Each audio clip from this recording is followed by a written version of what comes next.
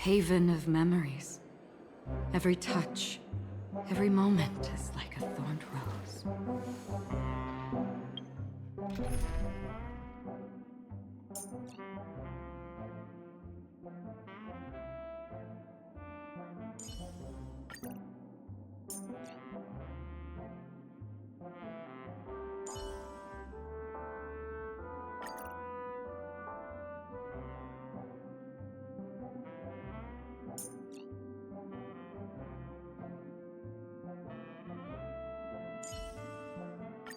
I'm counting on you to wrap this up, Himiko.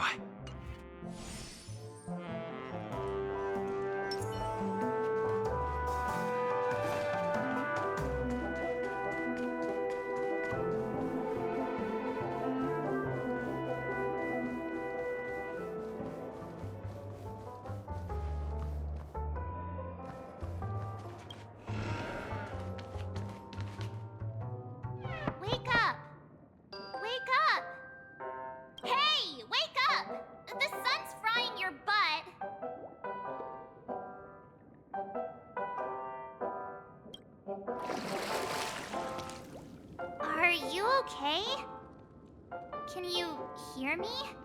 I didn't hear a peep from your room, and it really freaked me out.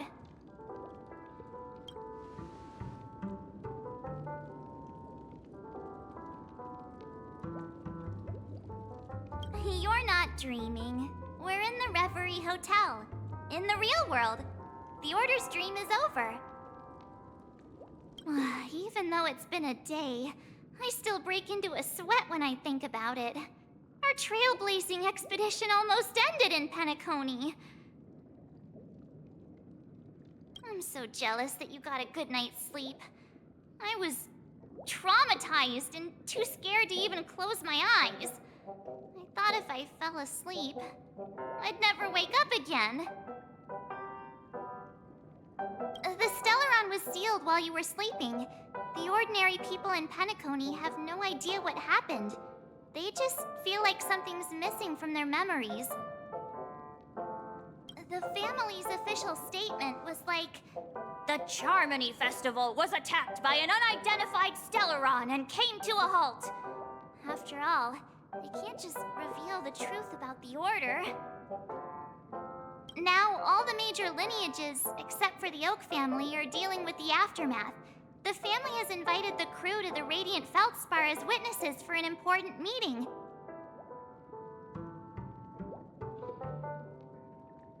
Everyone's waiting for you, so hurry up and pack. We're leaving as soon as you're ready.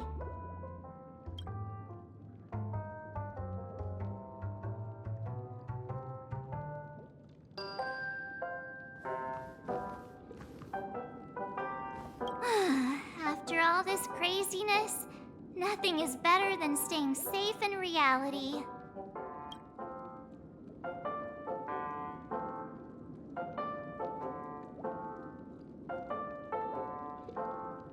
It's a massive airship, and it's awesome!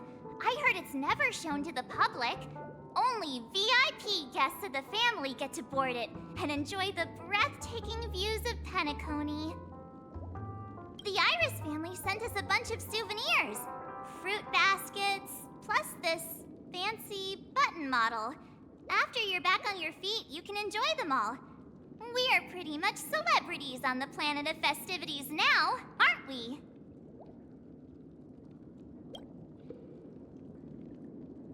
The Stellaron was sealed while you were sleeping. The ordinary people in Peniconia have no idea what happened. They just feel like something's missing from their memories. The family's official statement was like, "The Charmony Festival was attacked by an unidentified Stellaron and came to a halt."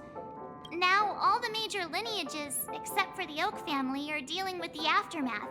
The family has invited the crew to the Radiant Feldspar as witnesses for an important meeting.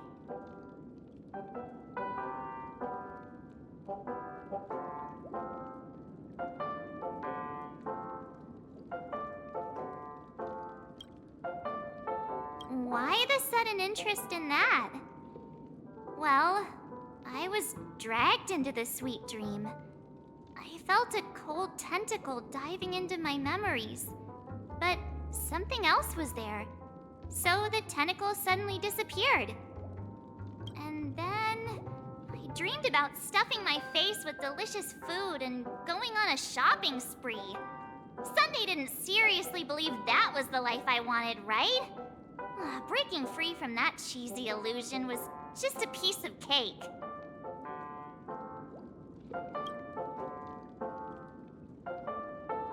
Yeah, let's go. We've got some time before we board the ship, so let's catch up with everyone at Dream Jolt Hostelry.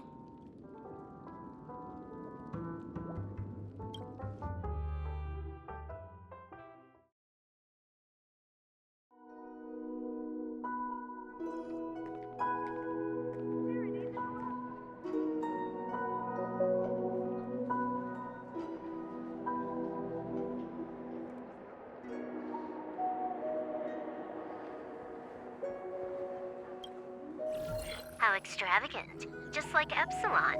How was it? Did it live up to your dreamscape expectations?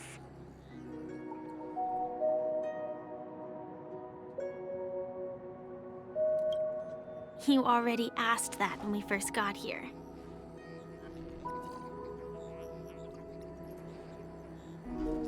Yeah, and you said no back then. But after all this madness, I'd say you've grown fond of it. Just a heads up, you're still on the Bloodhound family's wanted list, so keep a low profile.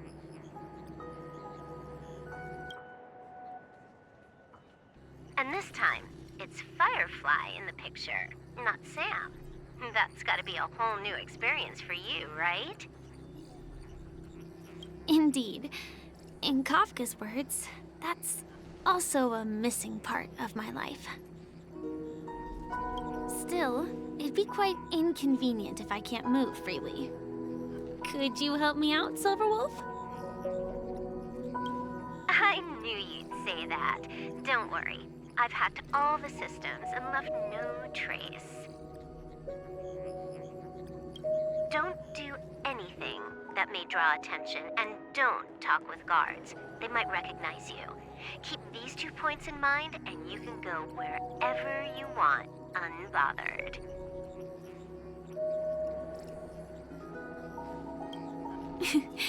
Thank you. No problem, Miss Samuel. I love this fake name.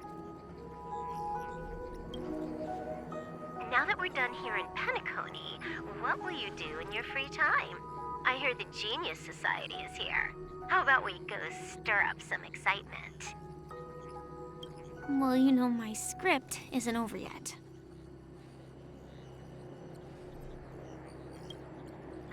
I didn't bring you back to hear an answer like that.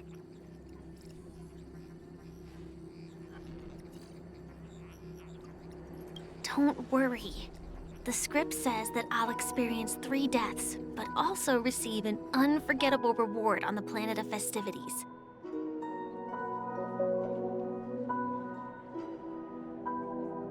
How will I know if I don't try? All possibilities exist until the outcome actually happens, right?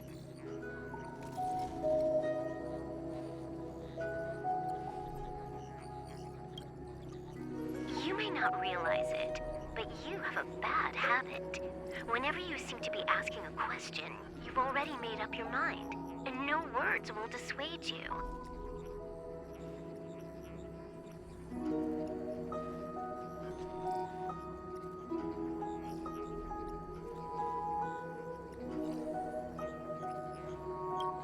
Anyway, Kafka asked me to pass on this message. If you see anything fabulous in Peniconia, get one for me too. Just swipe my card, You know the pin.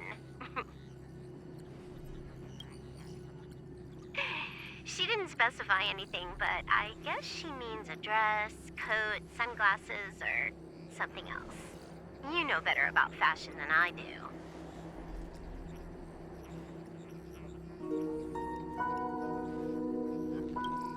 Sure, I'll keep an eye out. There's tons of options at OT Mall. Do you think she'll like trinkets, like hair accessories or brooches?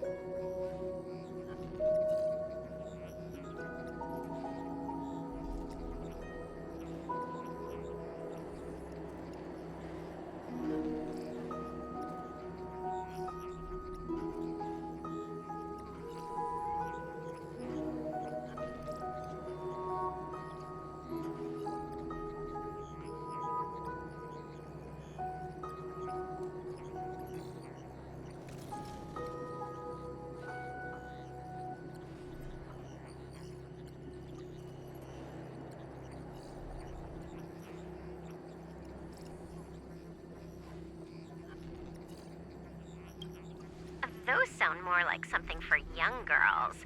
Maybe you should keep them for yourself. Oh, by the way, Blade didn't explicitly say it, but I think he was trying to say something like, temptation will show up again in Peniconia. He's always so subtle with his words. Got it. He was just worried about me. Relax, Silverwolf. You know me. I won't do anything crazy. I just want to wander around and see more of the world for myself. I want to buy some oat cake rolls. I've had a cake roll every day since I arrived in Peniconia, from the first day to the last. But today, I'll buy 2 and give you 1. And if you don't like them, I'll enjoy double the pleasure. Or I can bring one to Kafka, as she never refuses. Or maybe I'll give it to Blade. He'll appreciate it.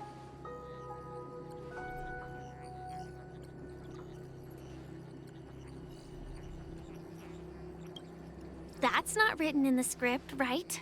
But as you see,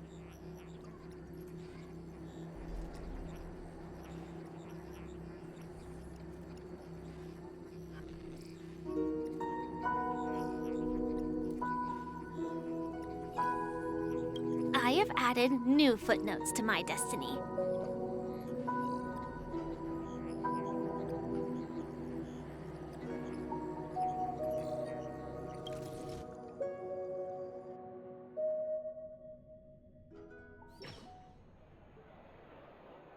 Welcome, Director Topaz.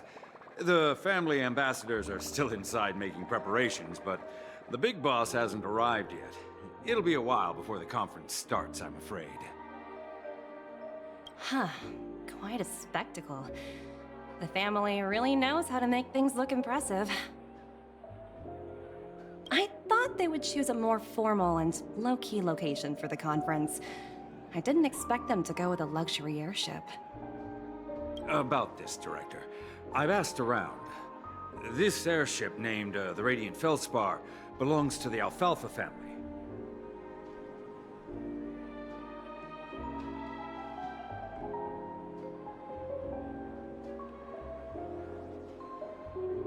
This conference between the IPC and the family will have a direct impact on Penaconia's future.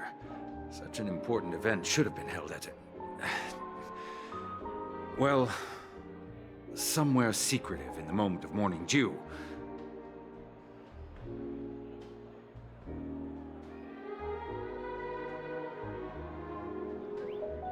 The atmosphere here, it doesn't feel serious enough.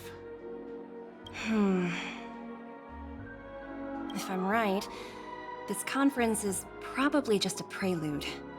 Whoever organized it wants to assess the IPC stance beforehand. This influential figure either has their own ambitions and wants to reach a preliminary agreement, or they plan to put pressure on us to make us back off. Oh, your mind is always so sharp, Director Topaz. And when the big boss arrives, please remind her to be cautious and watch out for any traps. Thank you for the reminder, but I don't think that will be necessary. When she's at the table, it's the others who need to be cautious. Just tell everyone on our team to stay focused on their tasks and not worry about the negotiations.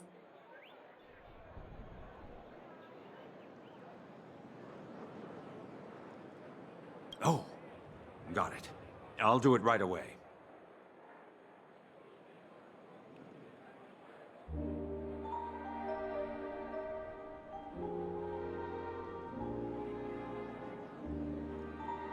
Oh, and one more thing. Don't call Miss Jade Big Boss in front of her, or there will be serious consequences. I mean, really serious. Got it. Thank you for the reminder, Director.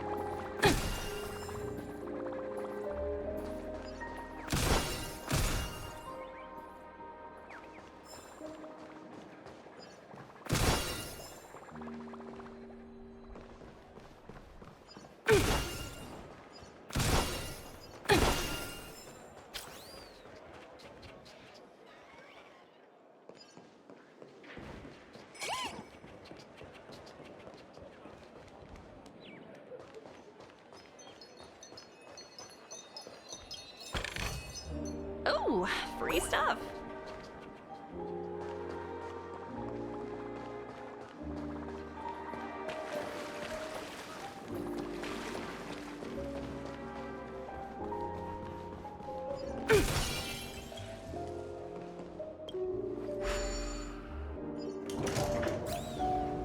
None of the important figures have arrived yet. Huh. Looks like the conference won't be starting for a while. Such a bustling place. I think I'll take a little walk around.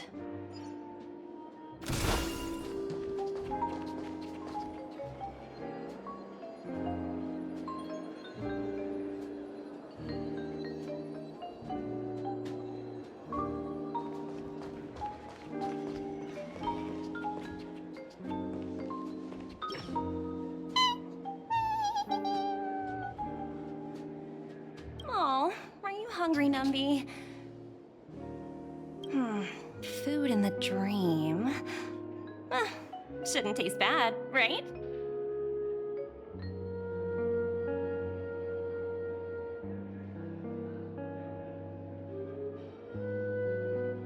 Numby, catch!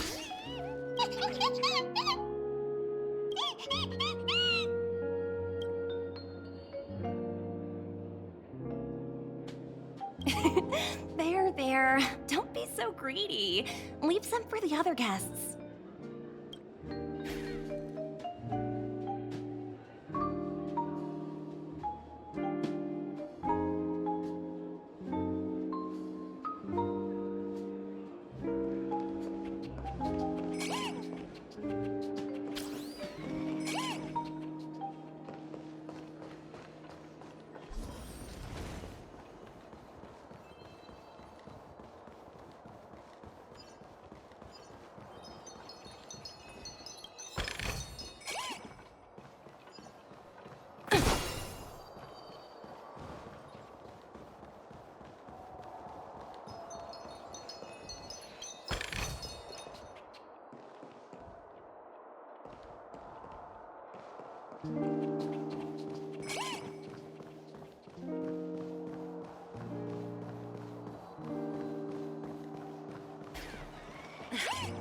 Watch yourselves in front of the IPC. They're embarrassing.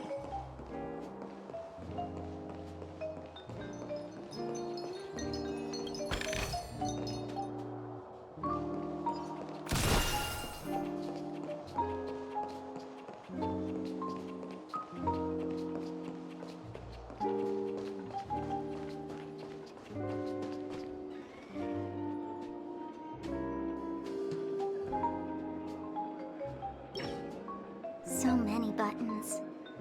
How many centuries would it take to press them all? Huh. Didn't expect those pooches to actually recycle them all.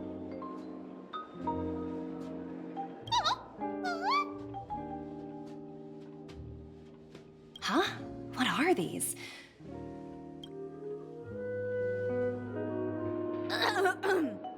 For your safety, please stay away from those objects. For my safety? Are these buttons something dangerous? Not exactly.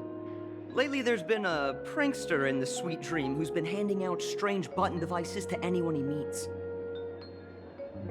According to those involved, he said something like, "Just press this button and all of Peniconia will explode!"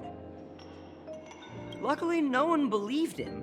Still, the Bloodhound family collected these buttons just to be on the safe side.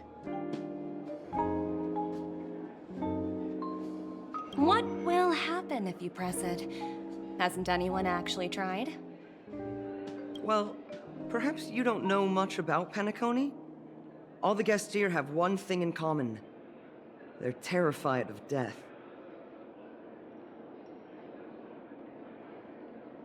Anyway, the family will deal with these things. Please, kindly keep your distance.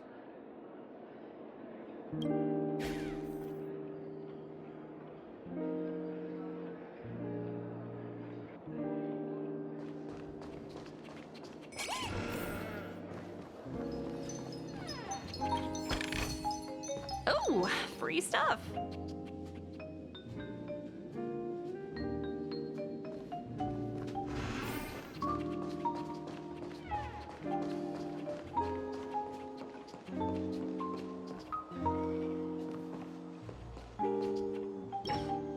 Greetings, madame. What can I do for you? Hello. Could you tell me more about the Radiant Feldspar? I assume you are the ambassador of the IPC Strategic Investment Department. It's my honor to assist you. The Radiant Feldspar is owned by Mr. Odie Alfalfa, head of the Alfalfa family. Mr. Alfalfa invested a significant amount in building this luxurious airship an Ember era ago, and it has been sailing across the 12 hours of the dreamscape ever since.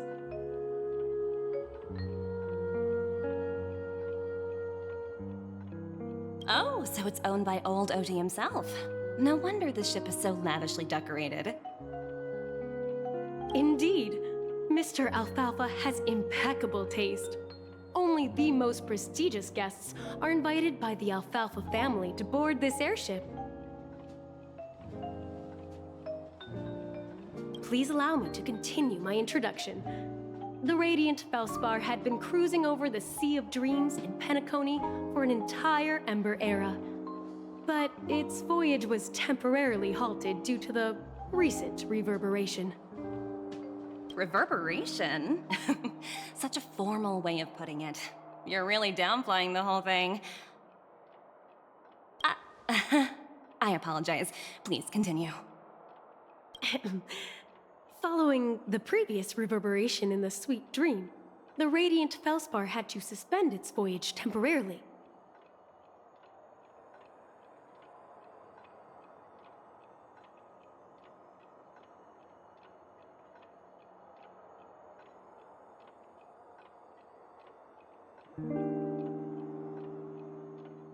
Thankfully, the factors that disrupted the dreamscape have been resolved. However, due to, well, certain special reasons, the Charmony Festival, originally scheduled at the Peniconia Grand Theater, had to be temporarily postponed.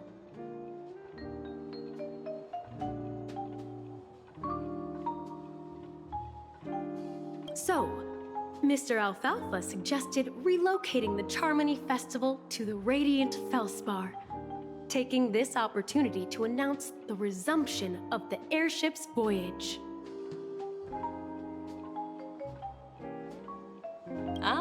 Well, that would meet the family's needs and also create momentum for Mr. Alfalfa himself. Quite fitting for a legendary tycoon like him. Thank you for explaining matters to me. Goodbye.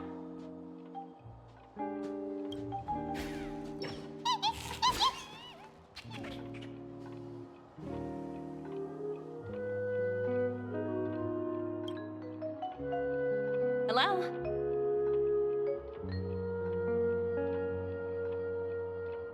The Talent Motivation Department? Again? Internal review? Will it ever end?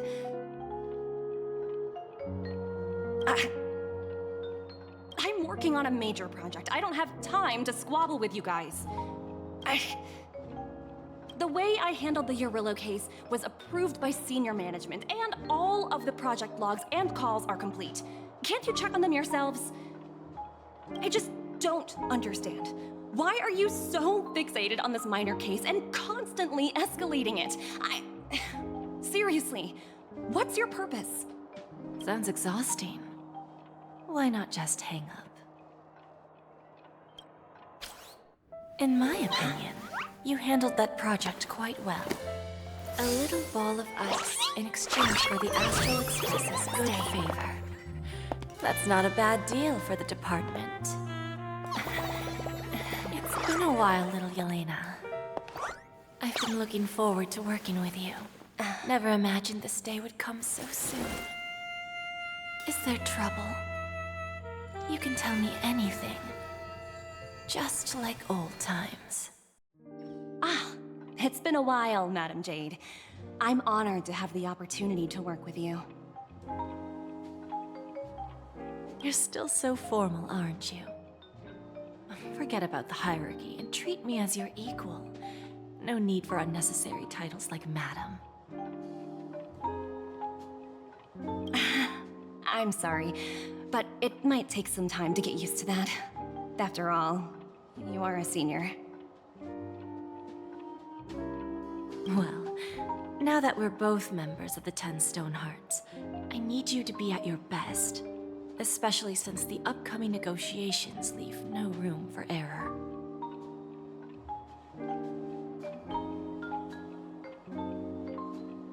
As sharp as you are, I'm sure you've figured out the true purpose of this conference, right? I believe old Oti has taken it upon himself to test our limits before the official negotiations between the IPC and Peniconia.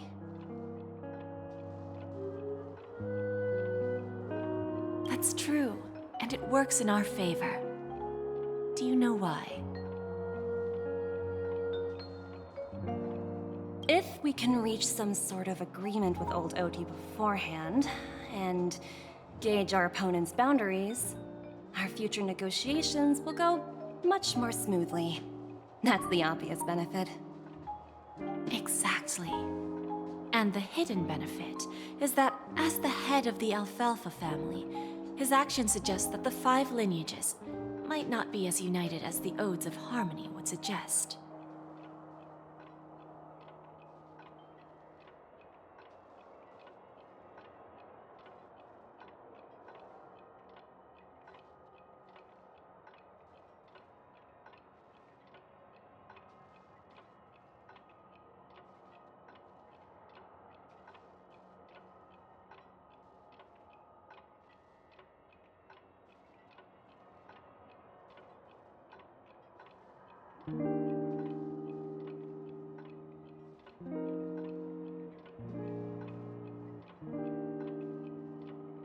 As long as the influence of Harmony hasn't completely permeated their core, personal desires will always have their way. Thankfully, influential figures in Peniconia haven't entirely suppressed their own desires. It's similar to the power struggles within the IPC. The supposed all-for-one philosophy shared by the 5 lineages. It's just a slogan now that the Dream Master has gone.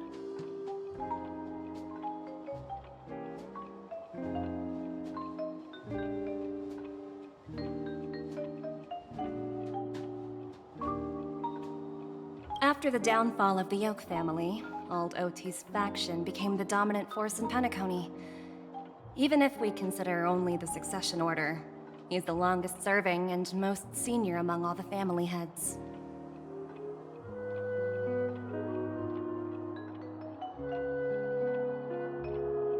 Yes, that's exactly why we need to handle the conference following an agreed-upon strategy. It's like playing a game of chess, where every move needs to be carefully thought out.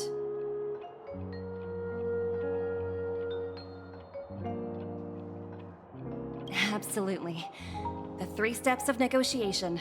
Listen, test, and strike. That's what you taught me. Pretty clear. Although, you seem to have changed the order in the Yarilo case.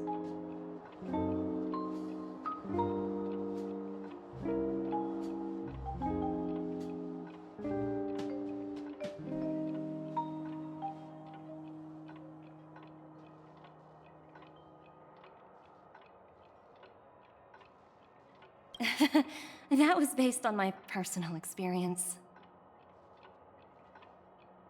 I apologize for interrupting your conversation, but the family head is ready to meet the ambassadors from the Strategic Investment Department. Time to get to work. Let's prepare ourselves and meet that esteemed supporting actor.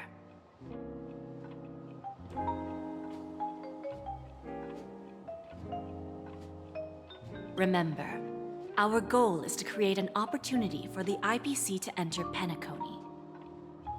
Aventurine has already made a small opening, and you and I, we're going to tear it wide open.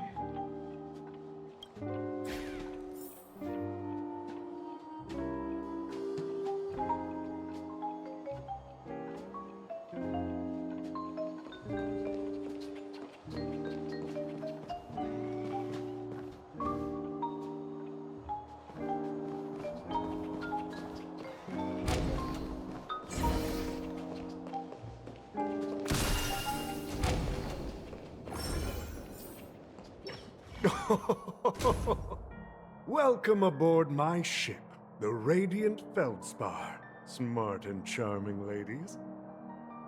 Please, have a seat. Let's have a pleasant conversation.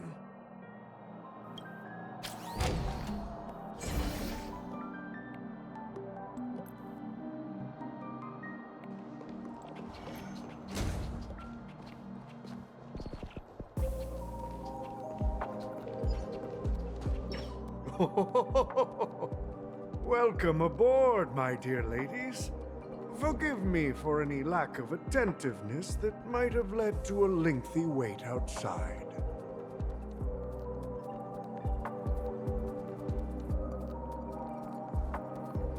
No problem at all, Mr. Alfalfa. It's my honor to meet you in person.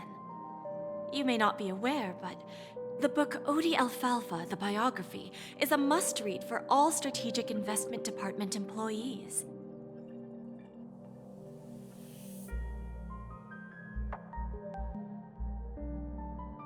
After all, to many, you are the legendary figure who single-handedly built the Peniconia economy.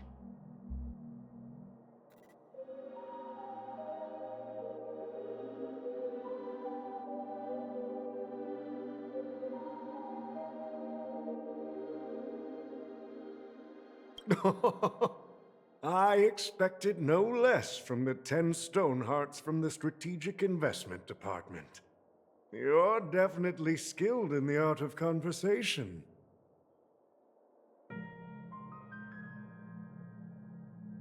I always enjoy talking to smart people because we don't have to beat around the bush. We can just get straight to the point instead. Since I invited you IPC ambassadors on board, I'm sure you've figured out the topic I'd like to discuss, yes? The future of Peniconia, if I'm not mistaken.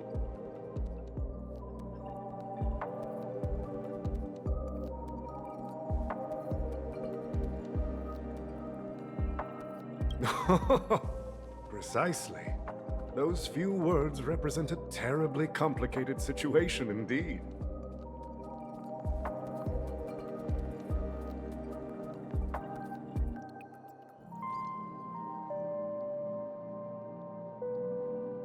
Let's take that golden-haired guy who's not showing up, for example. He put in great effort and almost got himself killed. But what was it all for? Wasn't it eventually to create an opportunity for you IPC to regain control of the precious Astana?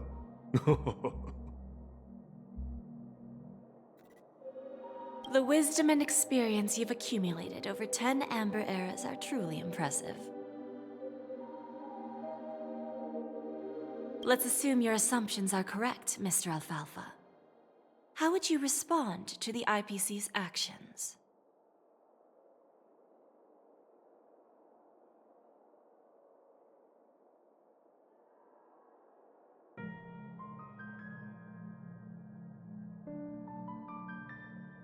I appreciate your composure, Miss Jade.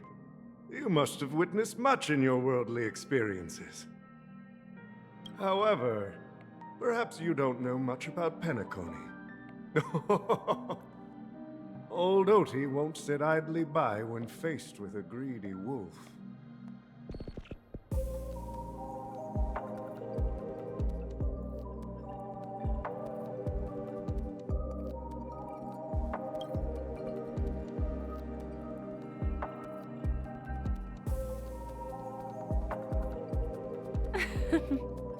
Please, go ahead. I'm all ears. Then I'll be straightforward. I requested this meeting before the official conference to dissuade the Strategic Investment Department from trying to lay a finger on Peniconia.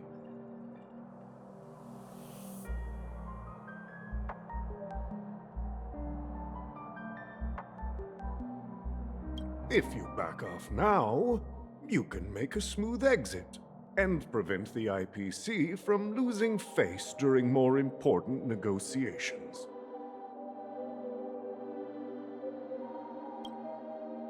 One of our P-45 executives was attacked and nearly killed in the dreamscape. The IPC can't simply ignore this incident. Moreover, considering the turbulence during the Charmony Festival, Peniconia's credibility has taken a hit in the public's eyes.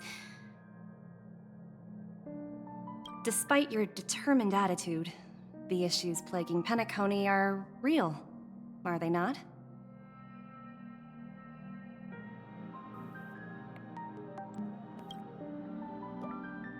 You used the term real, Miss Topaz, but let's not forget that this is the realm of dreams. If you want to succeed here, you need ambition and unconventional thinking. Curious about how I plan to respond to the IPC?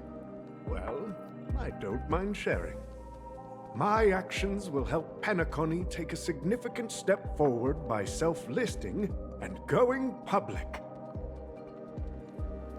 Going public? If I'm not mistaken, You want to bypass the IPC and go public on a universal scale. Precisely.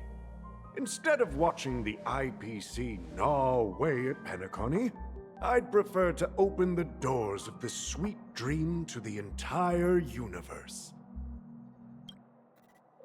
Starting today, anyone in the cosmos can become a shareholder of the land of the dreams. This is the path of harmony I'll choose.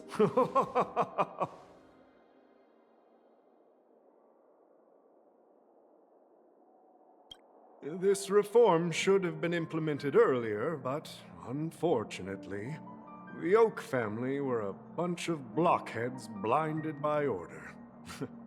Their level of intellectual flexibility doesn't even come close to an old fellow like me.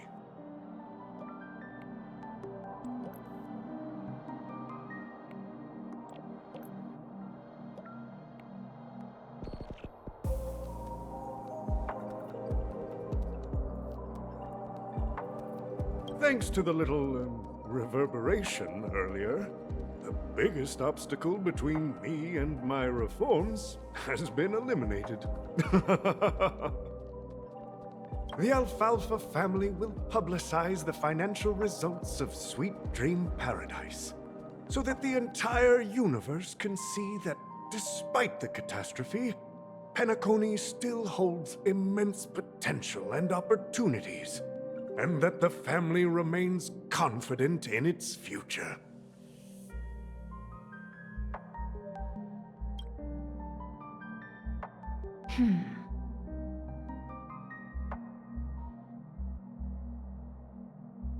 Crisis and opportunity are two sides of the same coin.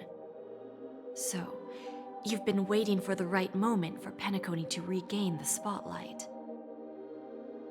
And if Peniconia should seize this opportunity to overcome adversity, even if the IPC tries to intervene, every move we make will be scrutinized by trillions of people.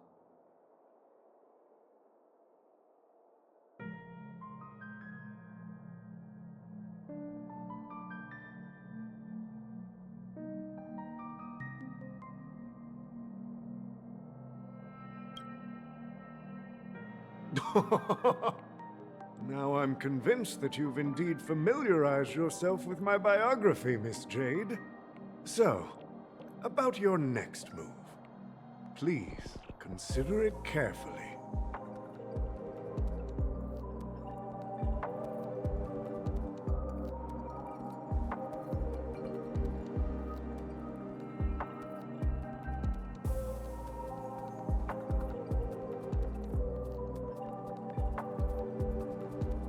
Indeed.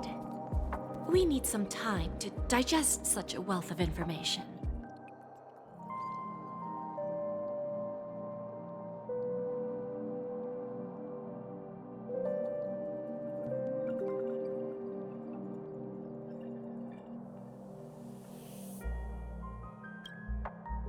I suggest we conclude the first half of our conference, Mr. Alfalfa.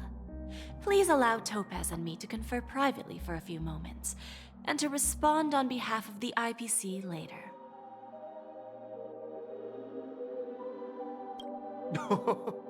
Of course.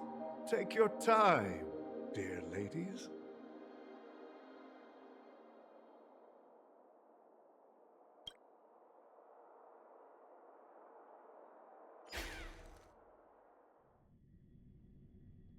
The Alfalfa family had a meeting with the IPC?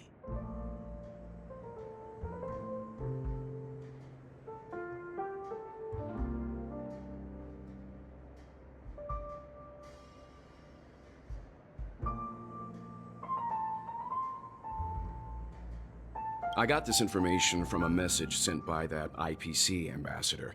He said it was to return the favor.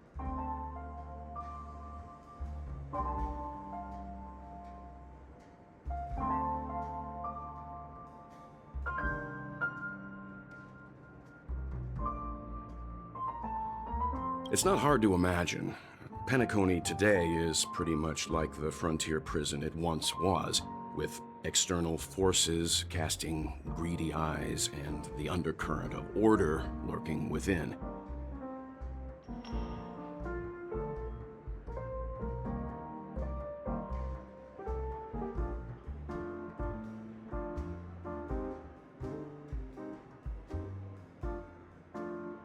Instead of falling into a situation where they are plagued by both external and internal threats, Peniconia would rather take a step back and invite the IPC to negotiate at the table, ostensibly to cooperate, but in reality, to secure more opportunities for their own survival.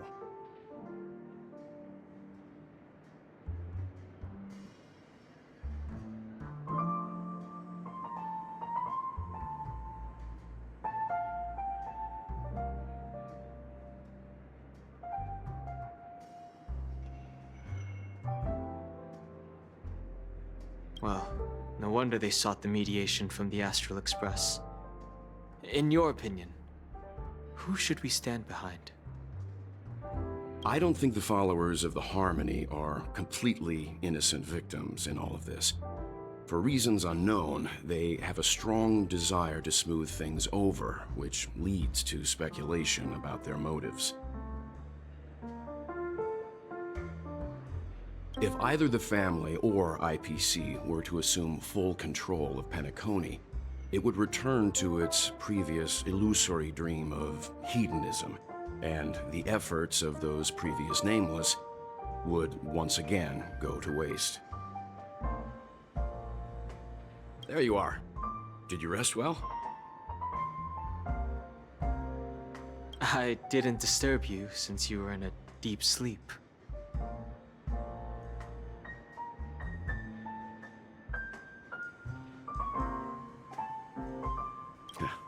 Even long dreams eventually come to an end. Our adventure in Peniconia is reaching its conclusion. After Anna's dream was shattered, the family branch from the Montour system soon arrived and swiftly took control of the situation. Most members of the Oak family fell unconscious, but fortunately, their lives were not in danger.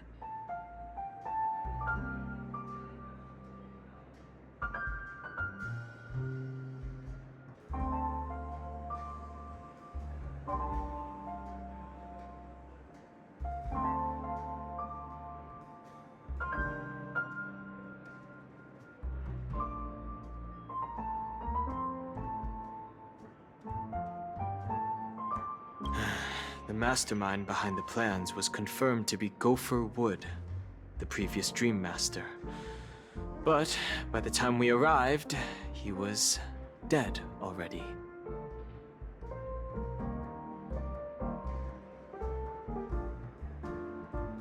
He'll face a trial. As for further details, the family would rather not disclose them. Ultimately, the public perceived the incident as an attack by evil forces targeting the Charmony Festival.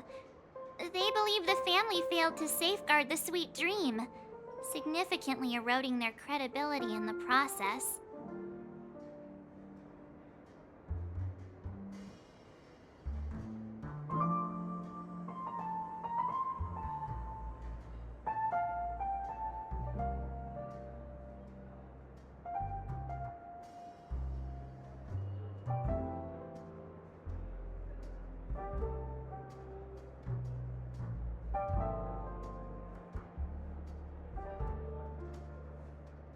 While quite different from the truth, this appears to be the outcome with the least impact.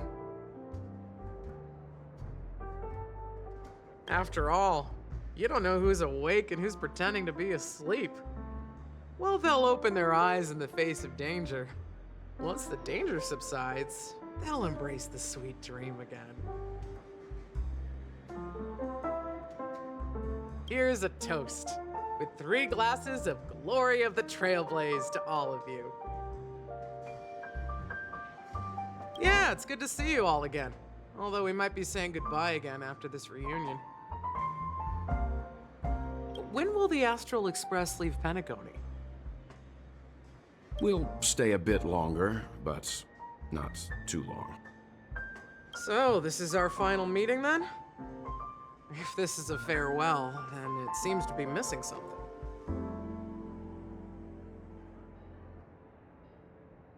Music? Atmosphere? Ah, maybe a special drink to honor those who are not here. Let's see. The mixed drink should be solemn, dignified, and unique, as we'll use it to pay respect to those fallen heroes. To the nameless resting in peace, and to Gallagher.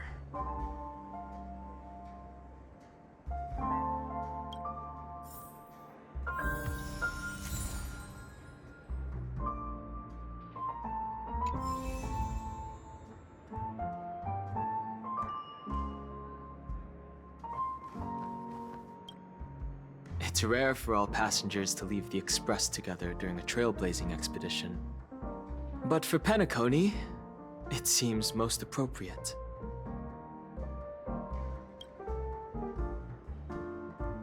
Given the conductor's presence, there's no need to worry about it. However, it's crucial that we soon return to inform Pom Pom about, the Nameless.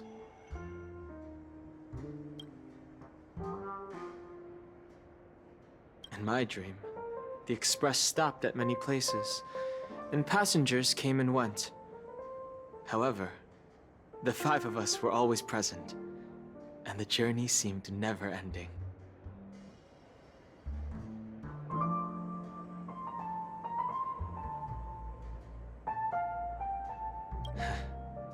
Perhaps this could be a deep-seated desire inside me, and upon realizing this, I knew it. No related records exist in the databank, but I have a theory. The hidden dangers of the Order have always been within the Harmony, and this issue existed within the family from the very beginning.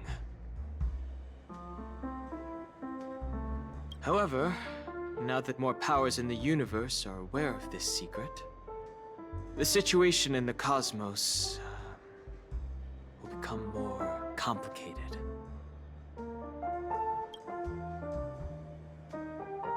Like I said, we'll go and see. Once we've packed everything, we should head to our next destination.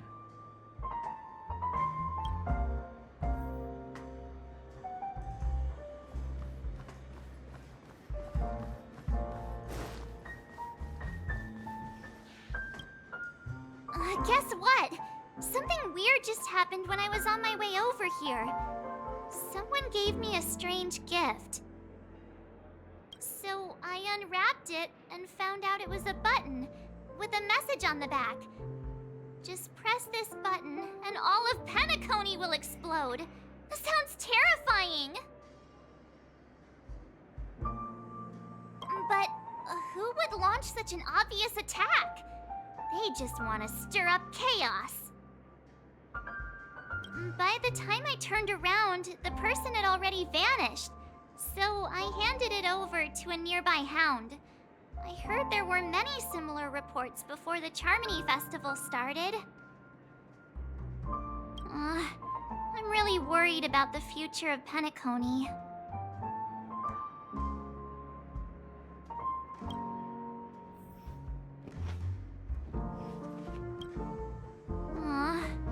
I'm really worried about the future of Peniconia.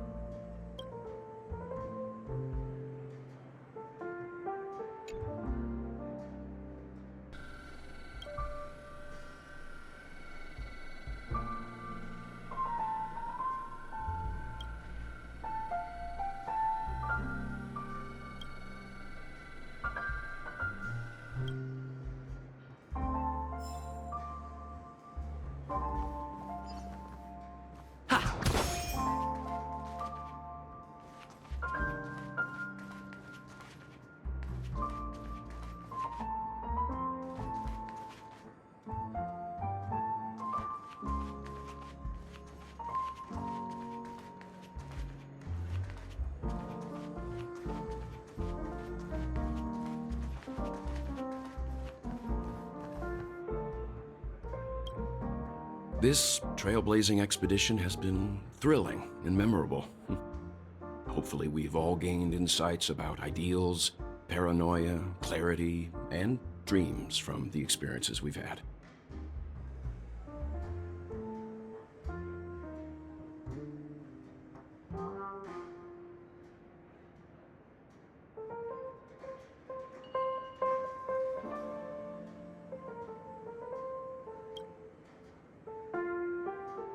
One bird longs for the earth, and the other longs for the sky. Even if Robin had to stop her brother with her own hands, she won't give up on him.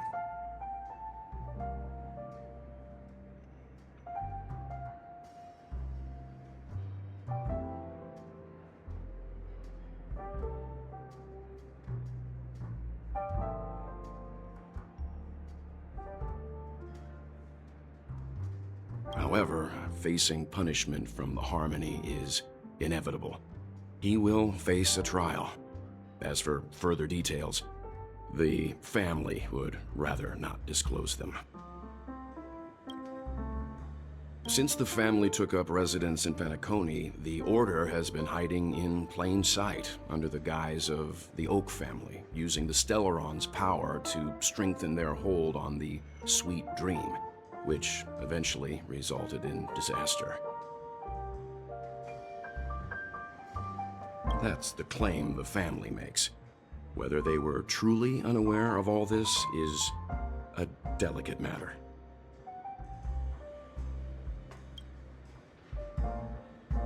Venturine's efforts finally earned the IPC a seat at the table. As a result, a more senior representative arrived in Peniconia and initiated negotiations with the family. As far as the Astral Express is concerned, the IPC will make for an invaluable ally during the negotiations to prevent Peniconia returning to its former ways. Well, it was somewhat surprising. In that dream, I returned to my homeworld and reunited with my long-lost friends.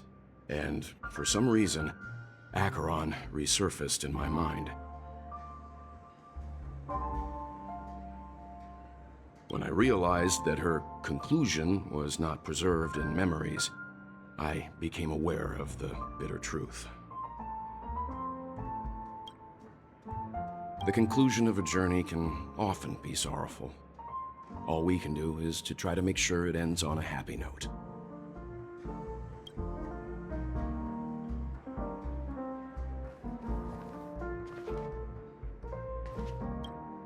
Ready to mix your drink?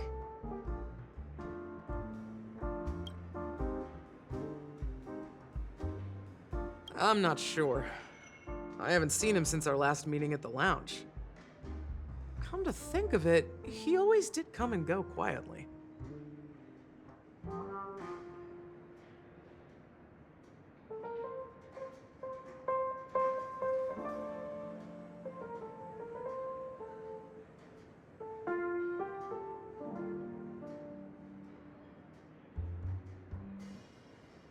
We used to discuss everything here. But every time he'd leave, I'd realize that I didn't know him at all. Such is the mystery that is Gallagher.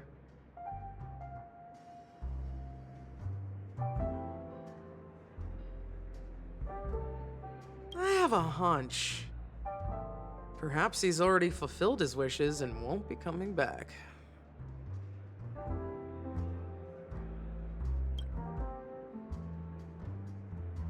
Before we start, would you like to talk to your friends? We have... All right, as you wish. Huh. I think I have an idea about what drink to make. Would you like it bitter or sweet? It's up to you. Choose the flavor that suits you best at this moment.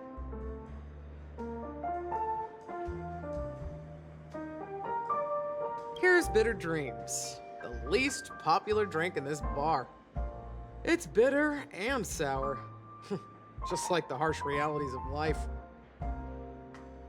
Not a bad choice. Let's start mixing.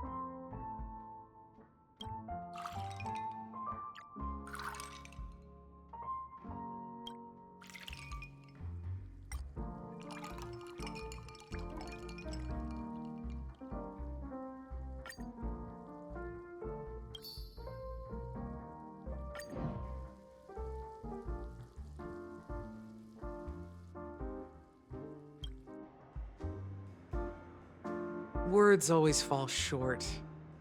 If you want to bring closure to past events at this lounge, there's no better way than mixing a drink.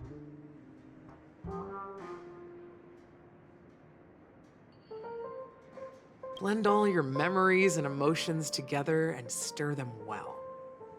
Through the filter of time, what remains in the... Well, it's done. Here's to the nameless resting in peace, and to my friend Gallagher. Death is a bitter truth, but what you did will be remembered by history.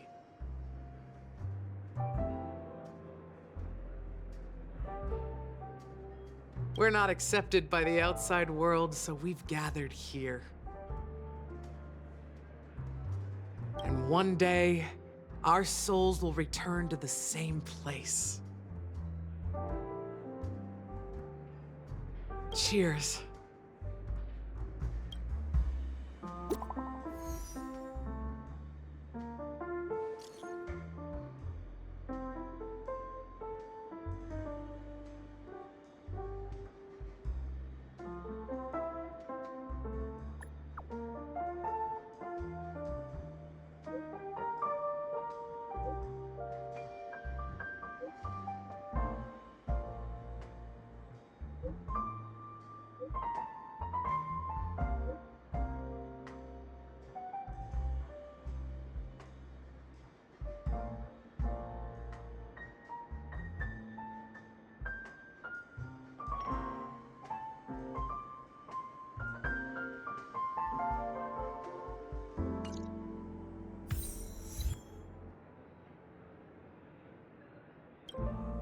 Oh, are you leaving? Oh, then take this with you. I've mixed more of this last special drink for you. The past shouldn't be forgotten. So I hope it brings back the flavors of Peniconia.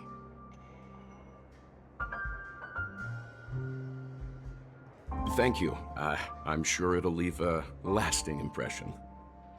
If you happen to run into Gallagher, make sure he has a sip too. I know his tastes, and he'll be thrilled.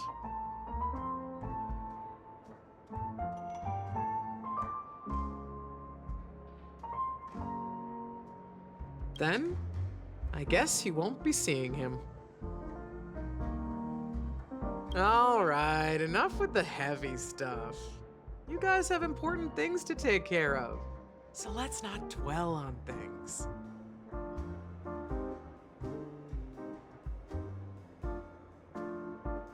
Whether it's the Astral Express or Peniconia, there's still a long journey ahead. So let's lift our spirits, guys, and embark towards our tomorrows.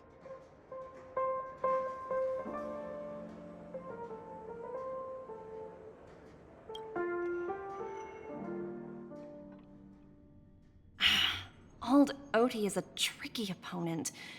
I didn't expect him to take the risky step of going public at such a critical moment for Peniconia.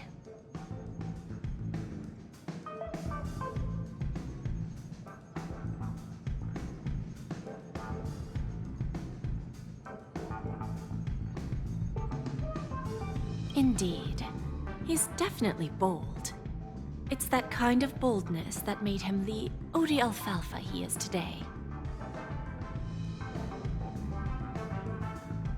Still, the outcome is uncertain. Shouting loud doesn't necessarily carry any weight. What about the phone call I asked you to make, Topaz?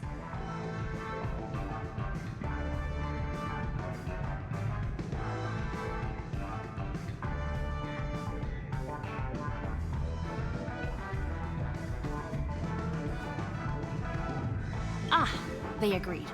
But it'll take some time before they arrive. Just as it should be. The sweet dew should be served after the bitter poison.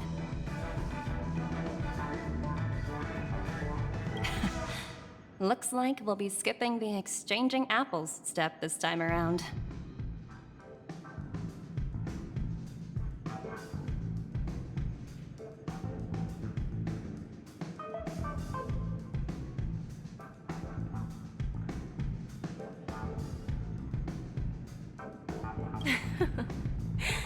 Now that we're dealing with a greedy merchant, a simple apple wouldn't make a difference. Well, I guess I included myself in that remark too.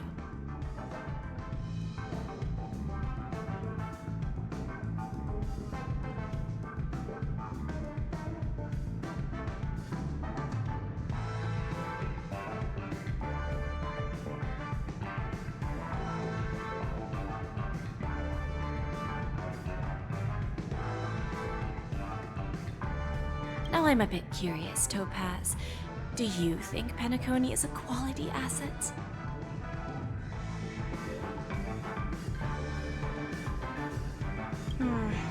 Yes.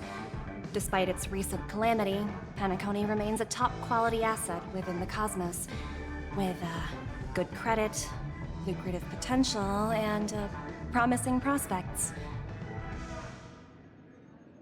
Well, that's obvious, but what I truly wanted to know is, this project is obviously too bland for your taste, isn't it?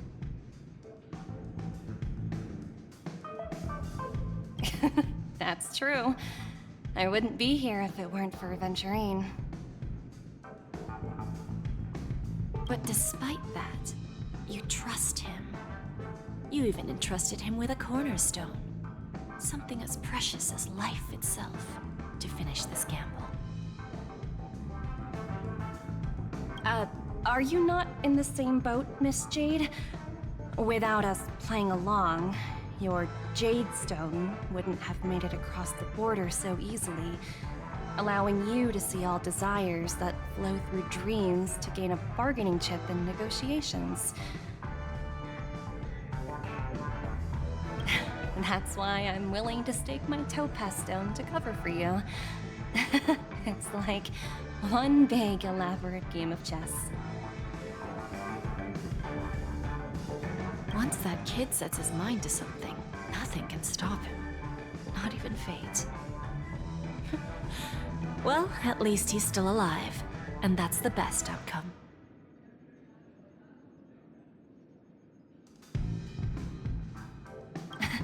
Looks like we've strayed off topic, Miss Jade. Should we discuss our next steps?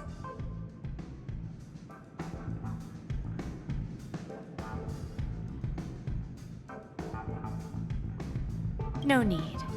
I'll go it alone.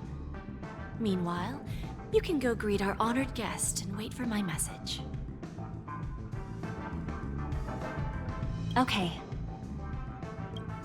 Is that Robin? Huh. She's also here on the Radiant Feldspar.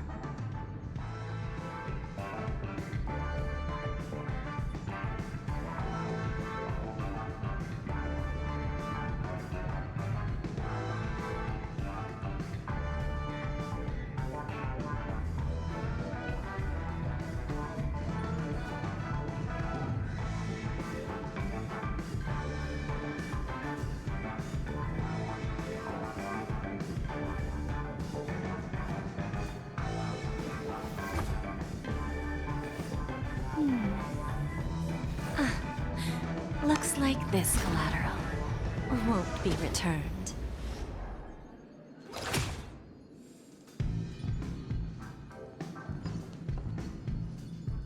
There's a good child. Do as you're told.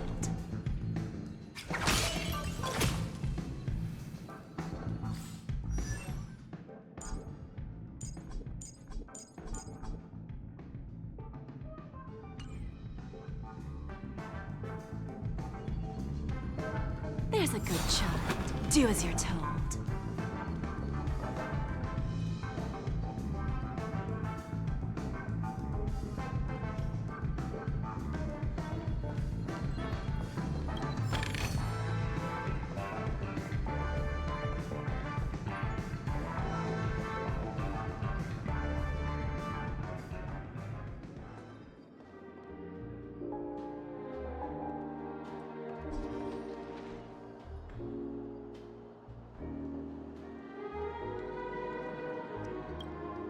Greetings, Miss Robin. I didn't expect to meet you here. Miss Jade? Greetings. The opening ceremony for the Charmony Festival has been moved to the Radiant Feldspar, so I'm here making some preparations.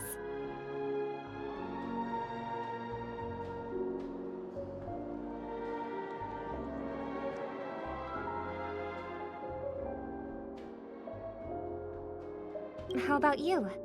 Have you spoken with Mr. Alfalfa?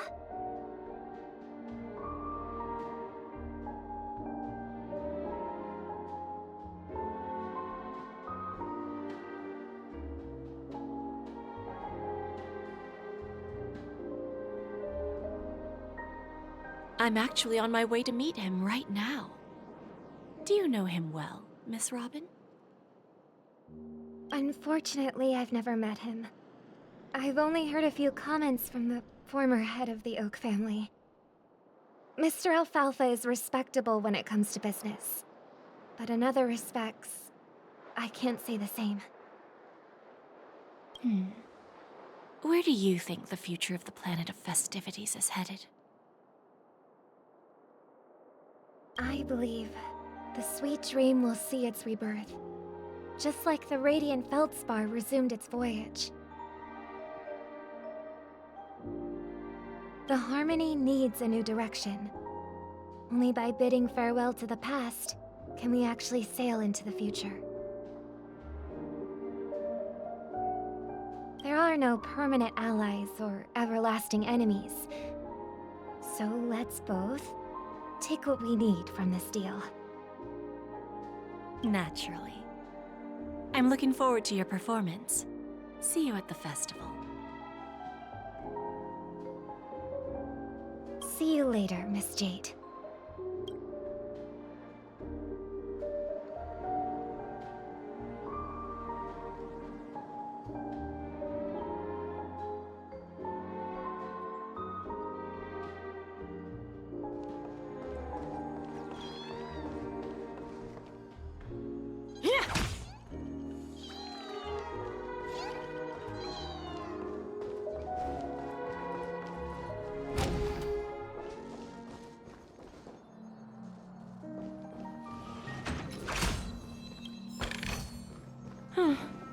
Not exactly eye-catching.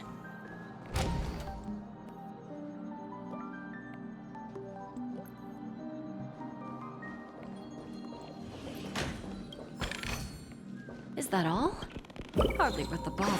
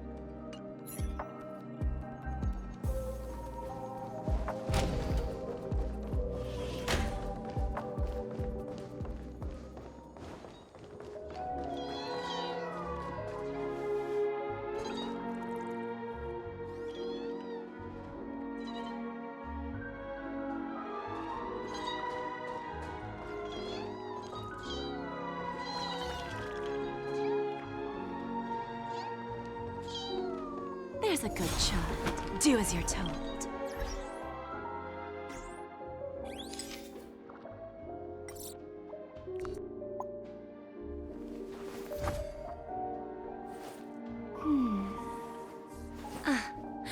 Looks like this collateral won't be returned.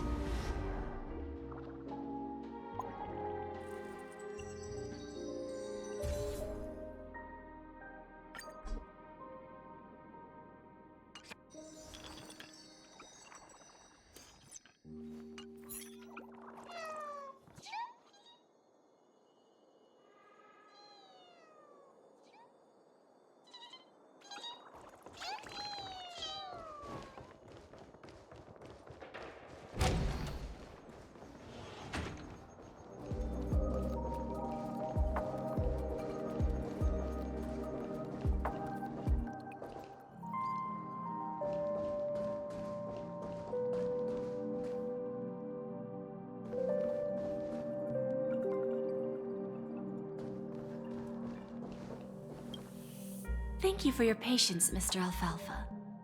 Let's continue our discussion.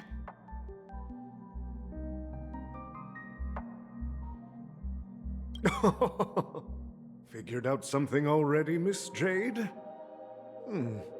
But where is Miss Topaz?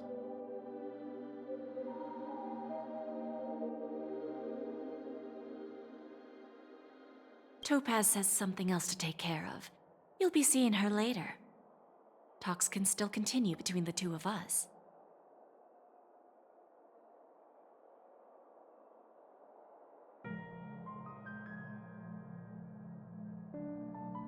Is it just me, miss?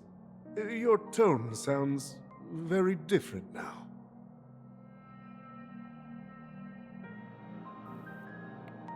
I need to set a good example for my junior. It's not a good habit to be too loose-lipped during negotiations, right?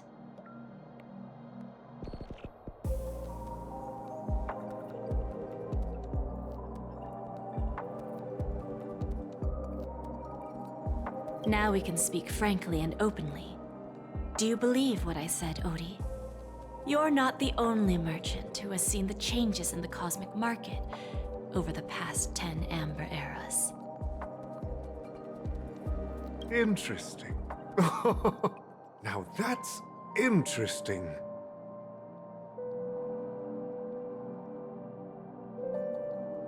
Good.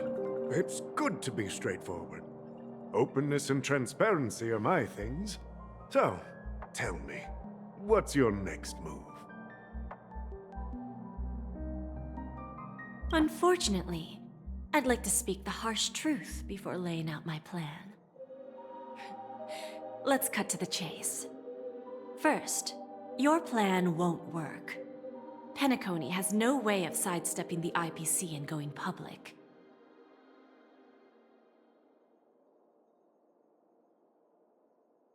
Second, you can't stop the IPC from entering Peniconia. We've got all the time and connections in the world to find a way in.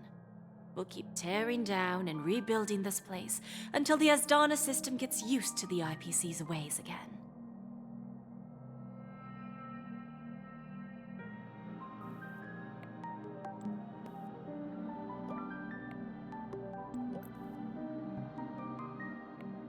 Now, I'm repeating your words exactly. If you don't want to be a laughingstock and have everyone gunning for you at the official conference, you'd better drop your little pie-in-the-sky plan.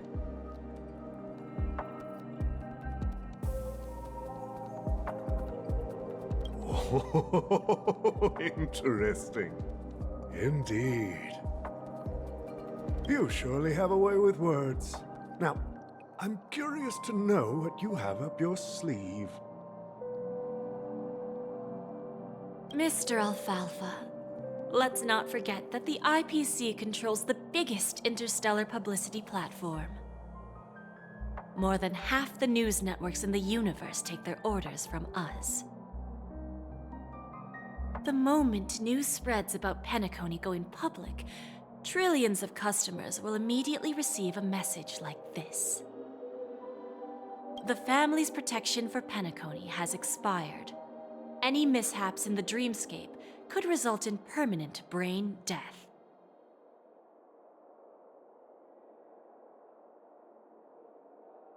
Care to guess how many ways we have to turn alfalfa credits into worthless junk within a measly 24 system hours? With the entire cosmos keeping a close eye on Peniconia, I assure you, it won't be too hard.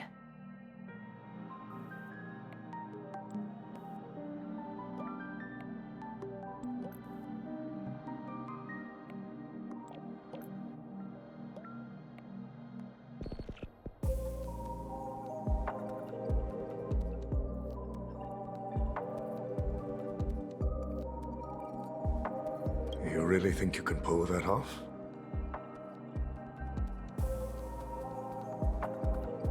Even from Pier Point, as distant as it may be, I'm more than capable of keeping you on a tight leash.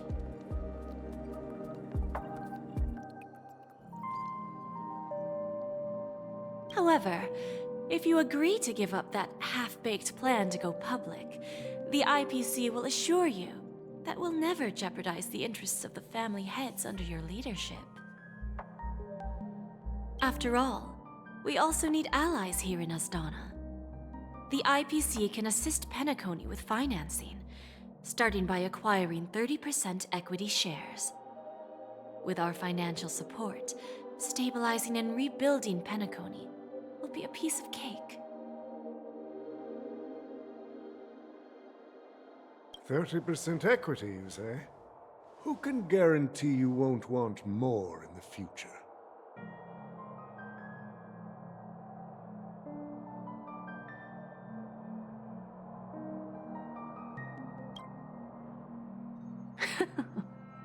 That's the brilliant part of it all.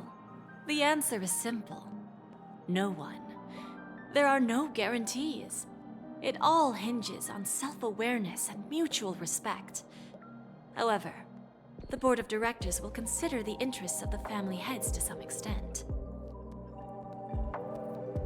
You're a smart merchant, old Odie. Isn't the whole purpose of this elaborate game to showcase your business acumen and seek more benefits for the family?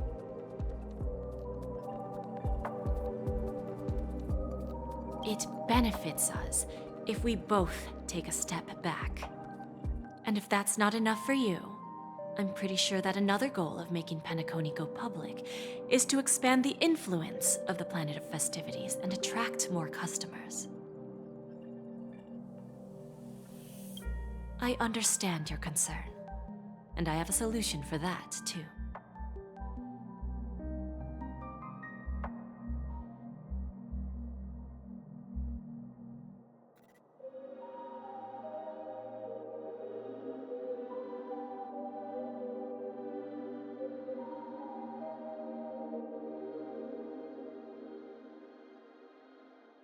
Fine. Now I see your sincerity. As the head of the Alfalfa family, I don't think I have any reason to refuse your offer.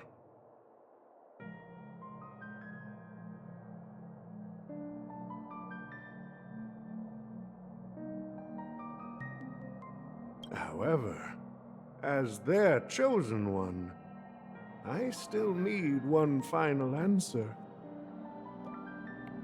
Go ahead. I'm listening. When I was a child, I heard the adults recite the tale of the ancient Amber Era, about the ascension of Shipe, the Harmony, and the downfall of Enna, the Order.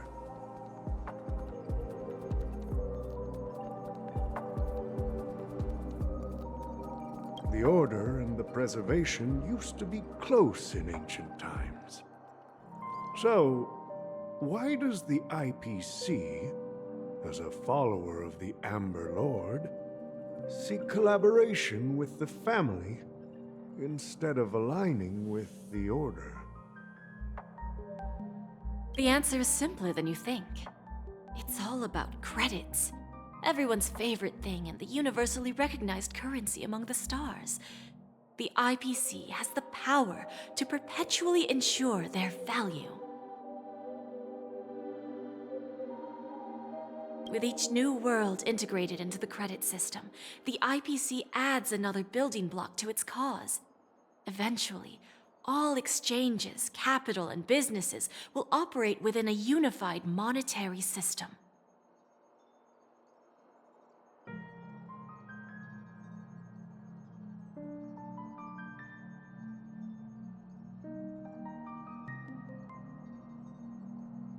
By then, all planetary developments will be recorded in accounts with well-defined values and the ability for exchange and circulation. And the heart of everything will be Klepoth's credit.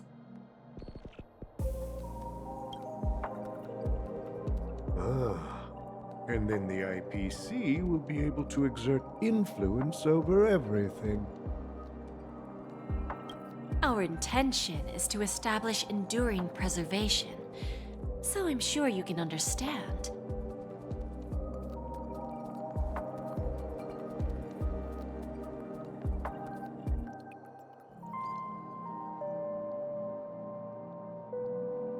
This universe doesn't need two types of order.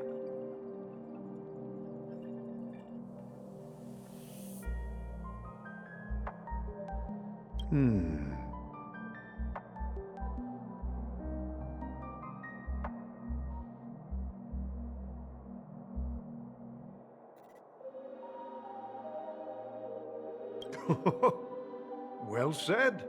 Now you've convinced me.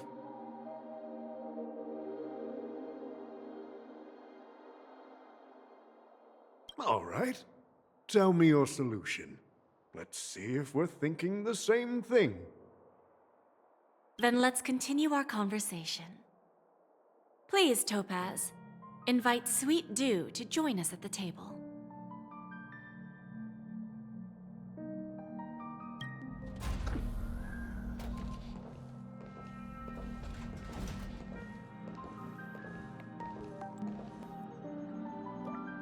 Thank you for your presence, Miss Himeko. Please allow me to introduce her to you, Mr. Alfalfa. This is Miss Himeko from the Astral Express, one of the future shareholders of Peniconia.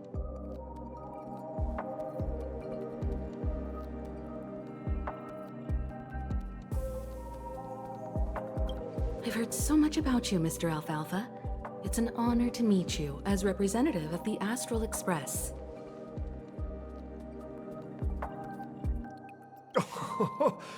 This stunning lady is the navigator of the Astral Express? It's a pleasure to meet you.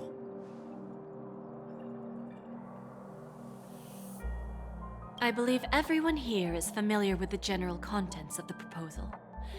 After this round of financing, the IPC is expected to hold 30% of Penaconia's shares.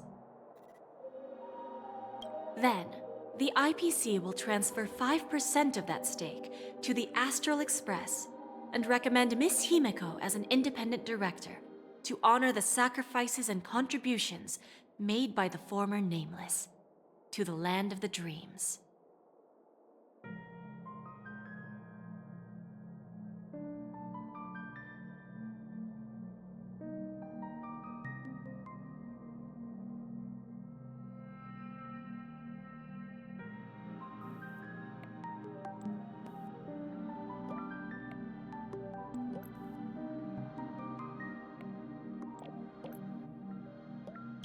While this decision isn't finalized yet, we are honored that everyone here recognizes the way of the Trailblaze.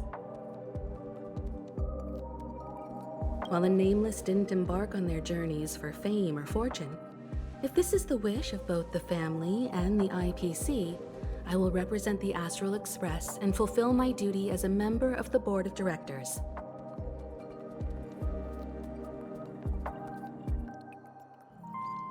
The entire crew has agreed to assist in the reconstruction of Peniconia. Beyond that, in our future travels, we are committed to bringing the beautiful dreams of the planet of festivities to more worlds. Of course, all cooperation is based on one premise.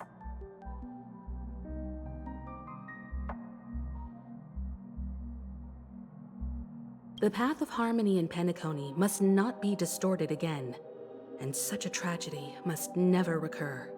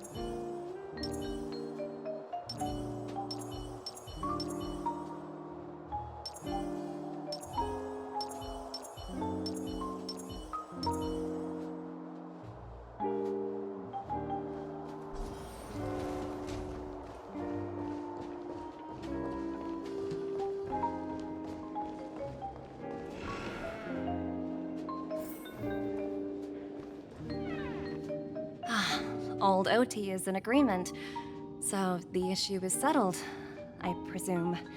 What about the remaining family heads? They will soon realize the situation. When old Odie answered the last question, he represented more than just the Alfalfa family. When should we schedule the formal negotiations? I'll handle the arrangements. It's all up to you. I'll step back and let you handle the negotiations and takeover. I won't be involved. But Miss Jade, this is... Aventurine initiated this case, and you were his project partner. If that kid hadn't overplayed his hand, I wouldn't have been pushed to the forefront. I came here today to help you sort out the toughest issue. I trust you'll be able to wrap things up quite nicely, little Yelena. Of course, there won't be any problems. And please, give Diamond my assurance. Don't worry. Diamond has always trusted us. I'll put in a good word for you, and you'll have your P-45 position back in no time.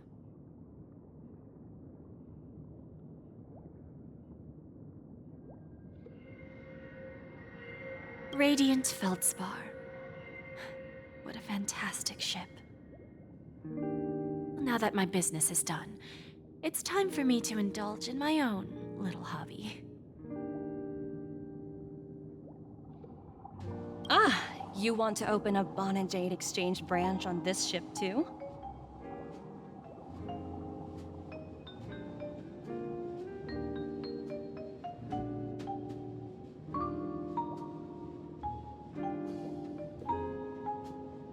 Opportunities like this don't come around often. Just look at the guests on this ship.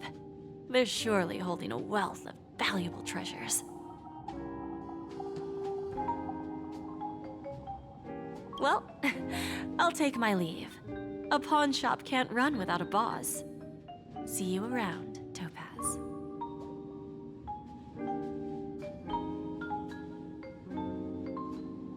I have one more question for you, Miss Jade. Go ahead.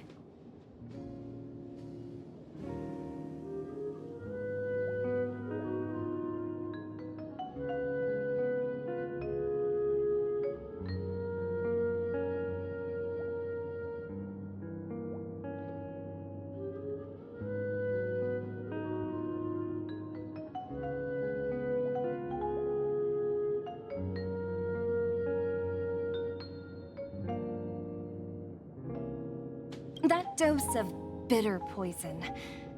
I'm curious as to how you found this information.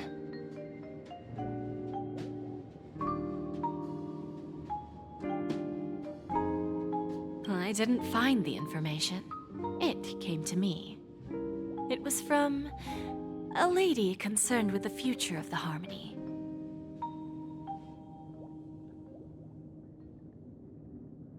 In return, I've agreed to help her with something. But that's for later. We can deal with it after we leave Peniconia.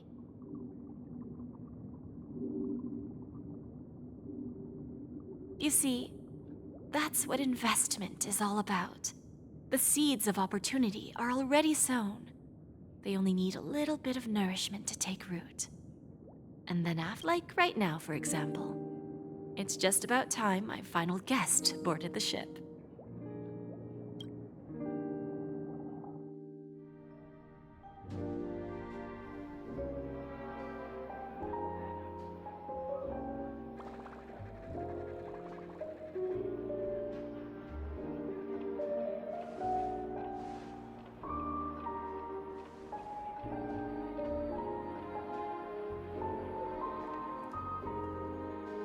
Sneaking in was way easier than I thought.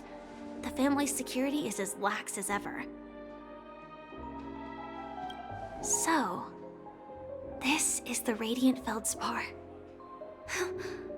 So luxurious. A pawn shop that grants wishes. Is there really a place like that on the ship? I'll find out for myself if the rumors are true or not.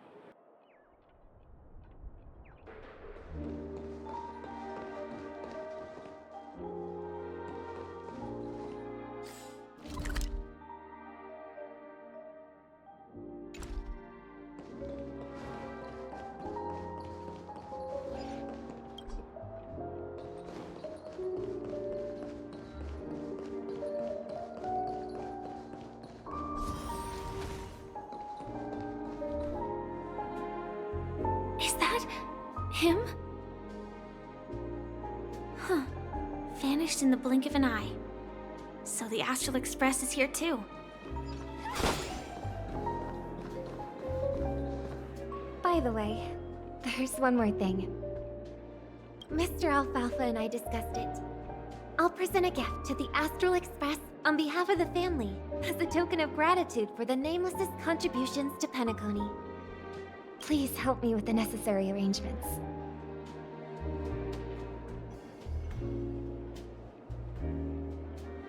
Right away, Miss Robin.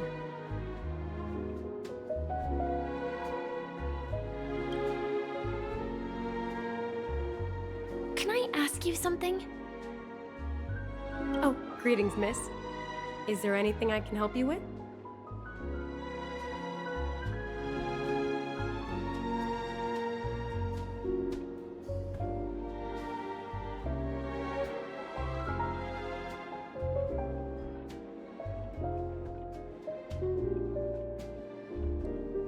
Do you know how to get to the pawn shop?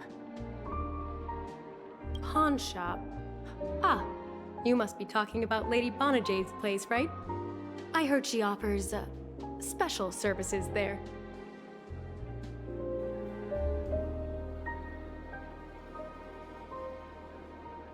I've marked the pawn shop's location on your device. Please feel free to check it out. Lady Bonajade. I think I've heard that name somewhere before. Was it from Silverwolf?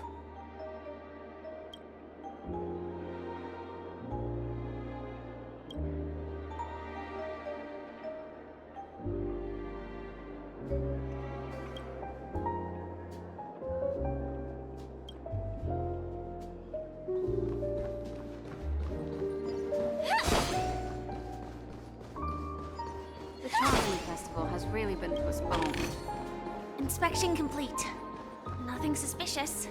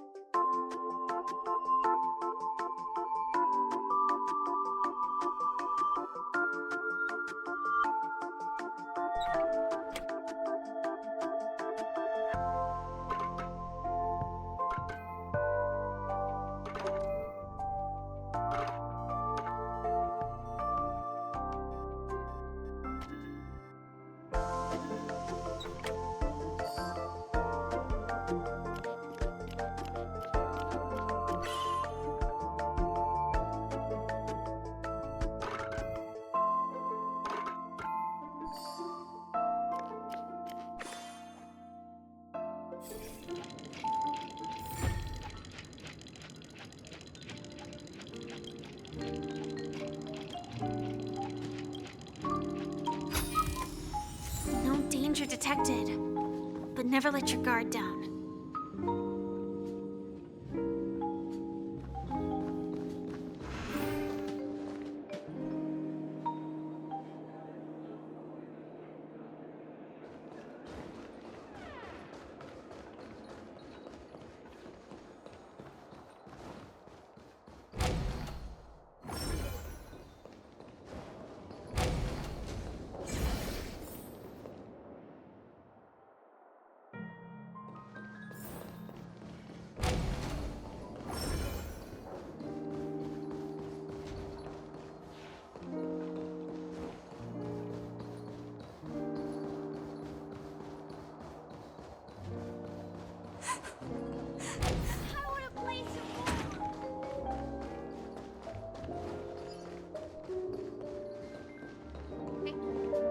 If I win, your chest is mine.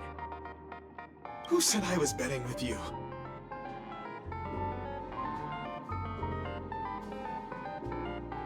I did. They are still a sorry, but I've got to find Lady Bonajade first.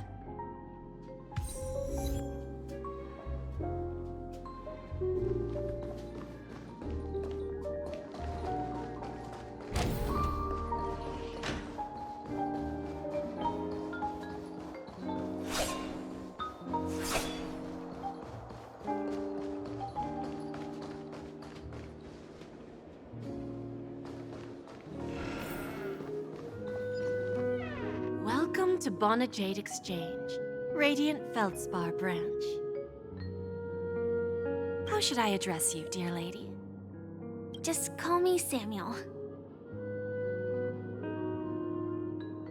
Samuel. Nice name. So what do you need, Miss Samuel? And what are you willing to give up in return?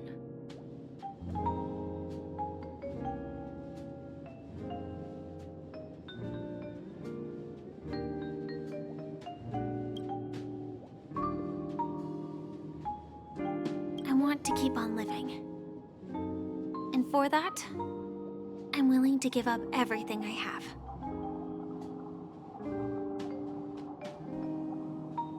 Everything you have. That's right. Everything. Miss Samuel, I think you'd best turn around.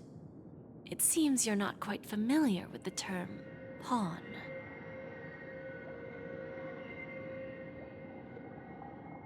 What do you mean? I mean it literally. I sense your burning desire to live, but unfortunately, you don't have anything of equal value to offer.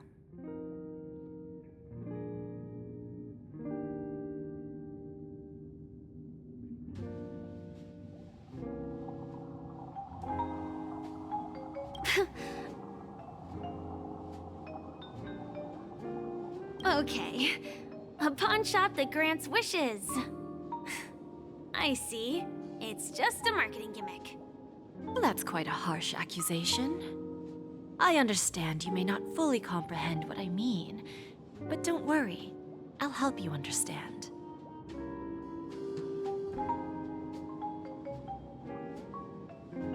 Go and talk to these people. They're all customers of my pawn shop. See for yourself if their wishes have come true. Once you've done that, come back to me. I'll help you understand the true meaning of pawn and make you realize what you're missing. That Lady Bonajade feels more like a money lender rather than the owner of a pawn shop. Well, I've got nothing better to do anyway. I'll do as she says and see what happens.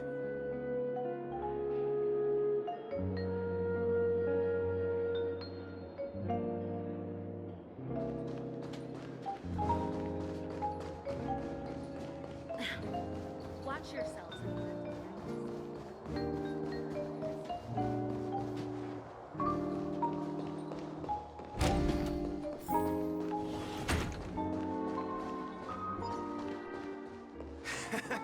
God.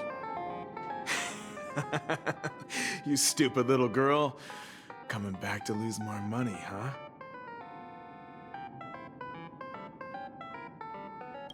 Enough talk. Let's get started. This will be our final game. I'm betting my entire fortune. Oh, a big talker, huh? All right, let's see what you've got.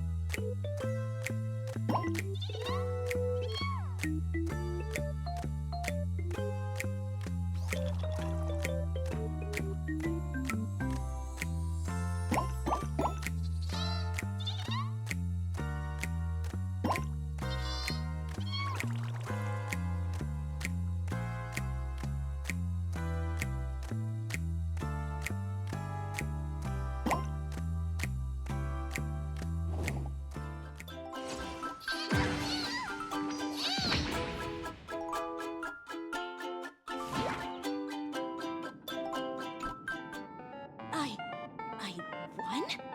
I actually won! This can't be! You lost to me 10 times in a row.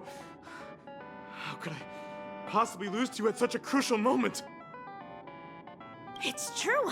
Lady Bonajade has truly blessed me!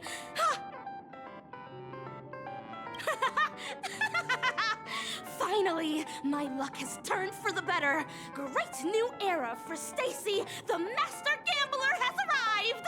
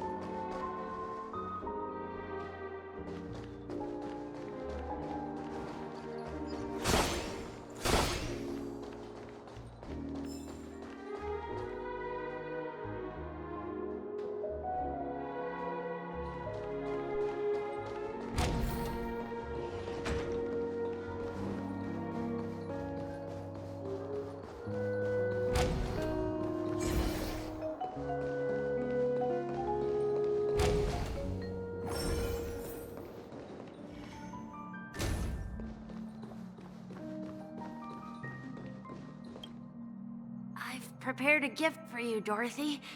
Check. Whoa! What a beautiful necklace! Is it made of cymophane? How did you know I love jewelry made of cymophane? It has the same purple hue as the necklace my dad gave my mom. I've never told anyone about it. How did you find out, Del?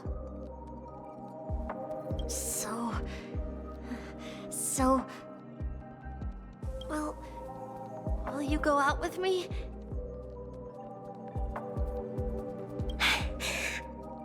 I will.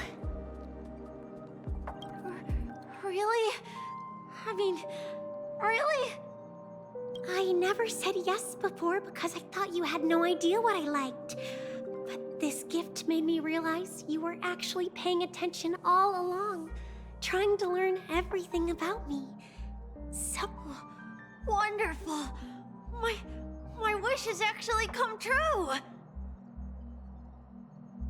So, shall we go, Dorothy? Let's go outside and enjoy the stunning views of the 12 hours. Yeah, let's go.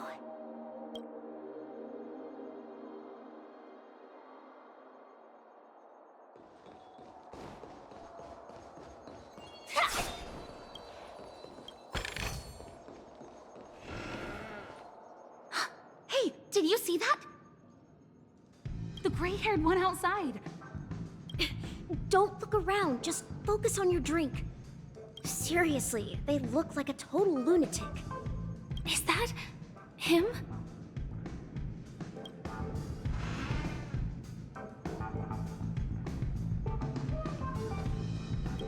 Hey, did you the gray-haired one outside? Don't look up. Seriously, they look like a total lunatic.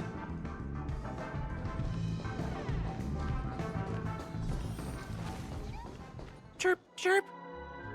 Origami bird. Hey, little birdie. Come on. Oh, calm down already. Everyone's staring at you. No, it's not the best time to do that.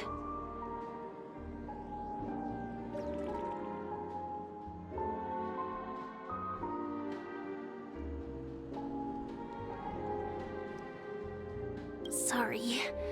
I'll catch up with you later.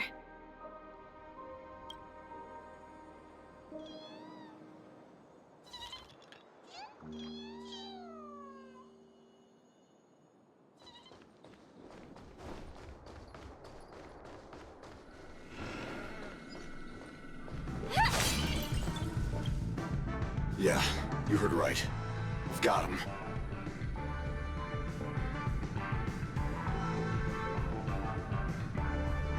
He's been hiding at the moment of soul in Peniconia, using a fake identity. And he even posed as a professor at Paperfold Academy.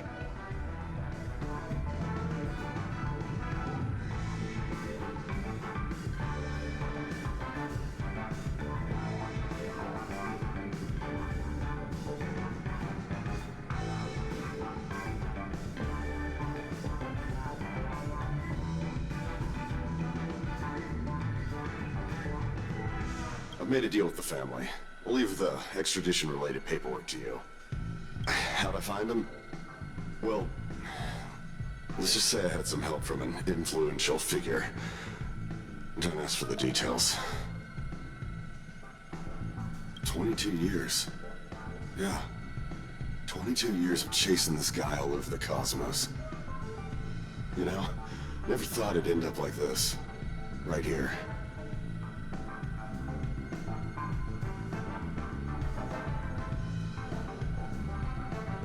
I'm gonna hang up for now, partner. I need to raise a glass to myself.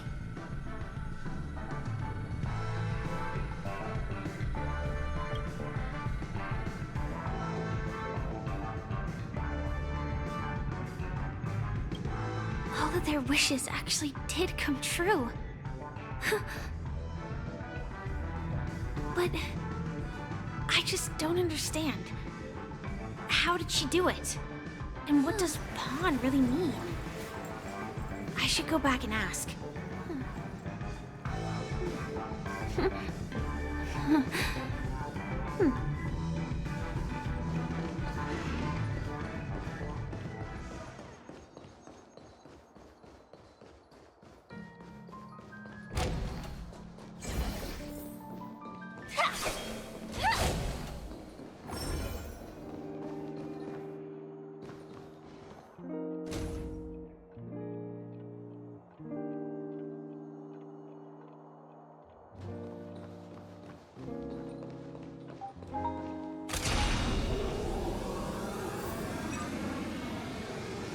So you're back, Miss Samuel.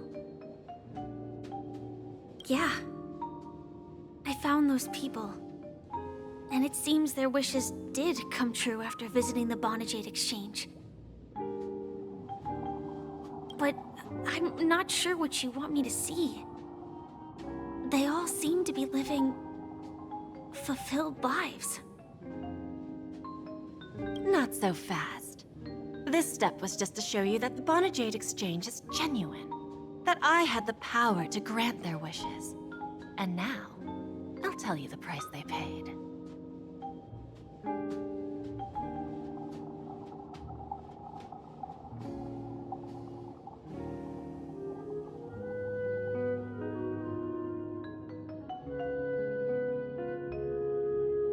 Del was from a wealthy family. He was head over heels for Dorothy and wanted to win her heart. So he made a deal with me. He put up his entire fortune in exchange for a gift that would impress Dorothy. It was a piece of cake for me, thanks to my IPC connections. However, Del will soon find himself evicted from the dreamscape because he can't afford his room. Whether he can bounce back from poverty, well, that depends on him.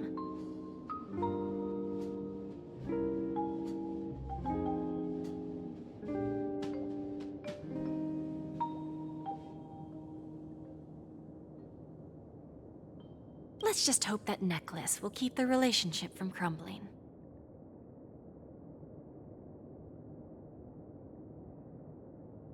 Then there's Stacy, a lady with a gambling addiction.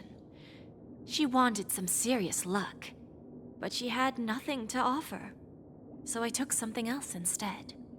I took away all her close relationships. From the moment she stepped out of the Bonajade Exchange, every casino in the cosmos would remember her name.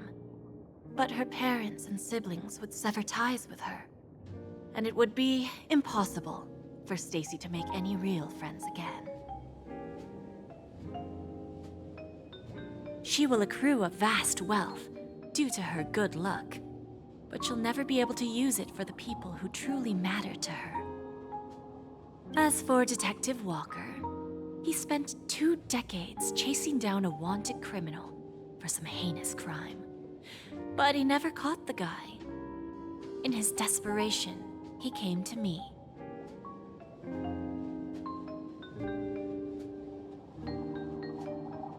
He offered his own memory system as collateral. In due time, his memories as a detective will be erased, and he will completely forget his own identity and all the sacrifices he has made.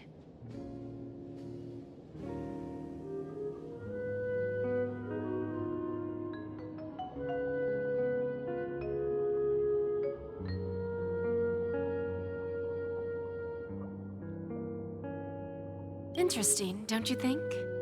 I fulfill people's desires and grant them favors, and soon they come back to me with even greater desires.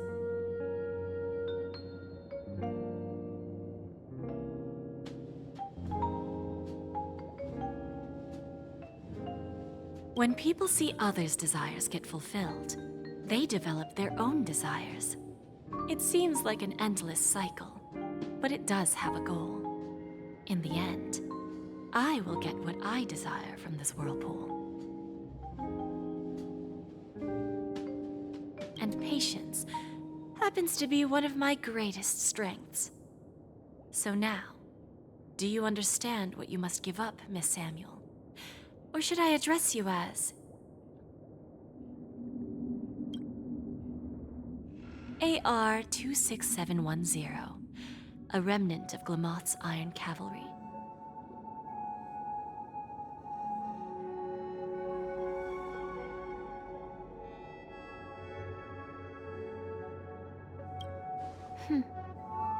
I'm not surprised. You are much calmer than I expected.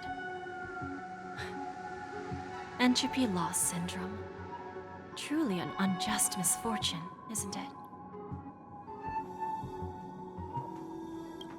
The higher-ups in Glamoth implemented such a failsafe within the genes of their warriors, just to make sure the Republic's most powerful weapons wouldn't fall into the wrong hands.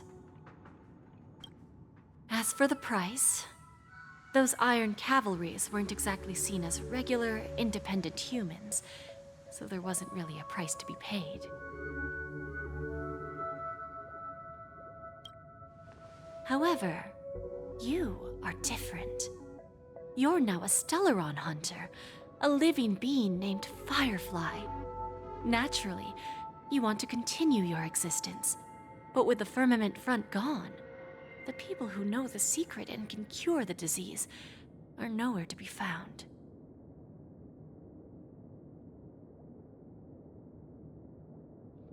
Are you suggesting that the IPC has a remedy?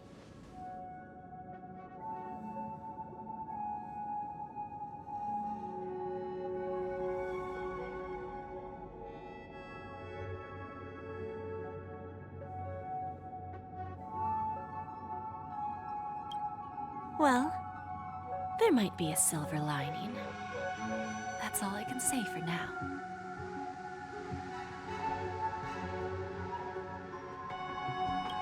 I see.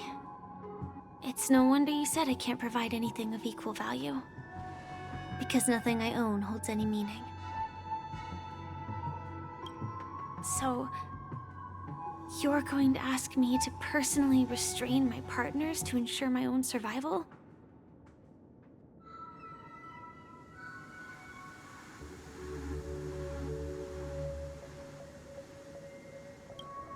Unfortunately, that's not quite the case.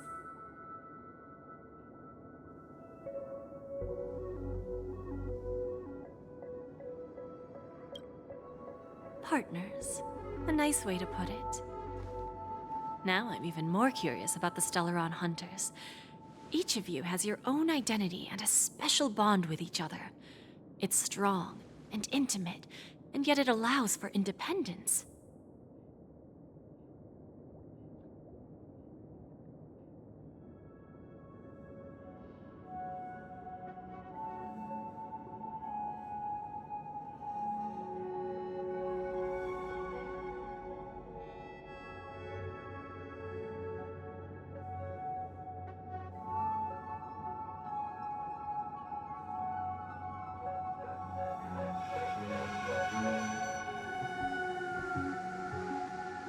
Just as the 10 Stonehearts follow Diamond, you follow your own leader. I wonder what they are like, and if all Stellaron Hunters are like you.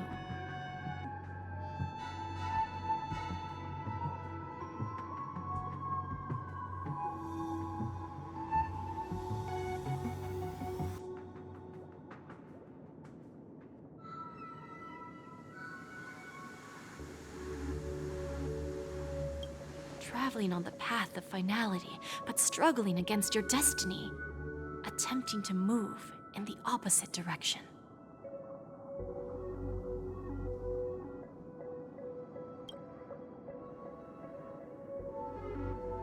I really hope that one day, all of you will come and visit my pawn shop. I'll be waiting patiently for that day.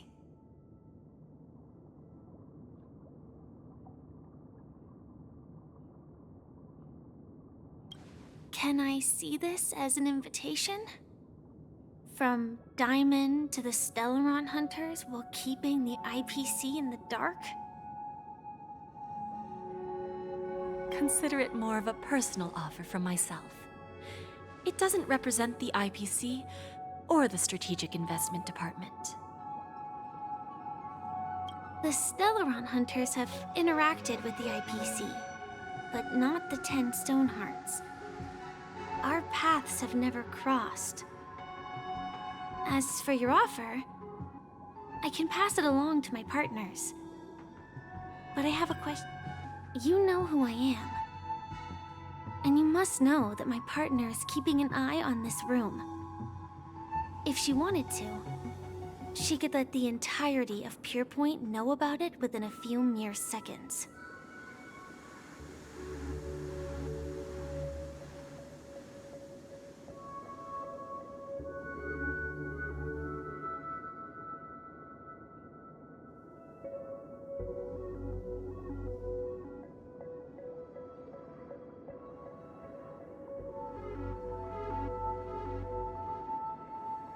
What drives you to take such a risk and extend this invitation on behalf of Diamond, even if it could lead to your downfall? Simply put, you and I are the same. However, unlike you Stellaron Hunters or the Astral Express, we band together merely to obtain what we want. Each of us has our own past and destined ends, and on this journey, we have been invited by Diamond to join him.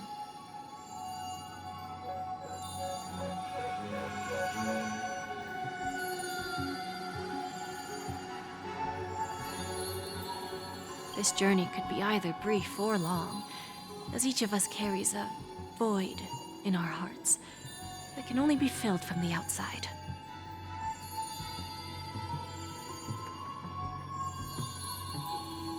So, Diamond made us a promise.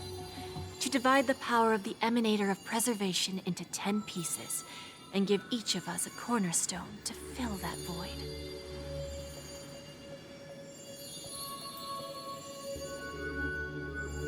Mortal flesh is fragile, yet my heart is unyielding like the monolith.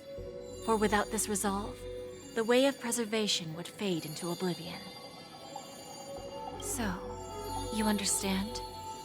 This pledge goes beyond a mere oath. It's our collateral in exchange for opportunities, wealth, survival, and a future. And whatever we gain from it will fortify the Stonehearts in return, allowing us to achieve the great cause of the preservation when the war among the eons eventually comes.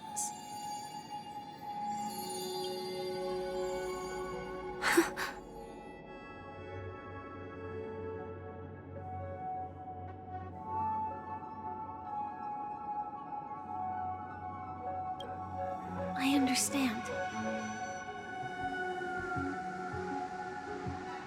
Take your time, child. You don't need to give me an immediate answer. Like I said, patience is one of my greatest strengths. If fate turns that page, our paths will cross again. It's a shame, though, that this pawn shop can't give me what I desire. My last attempt in Peniconia. Well, it ends with hope.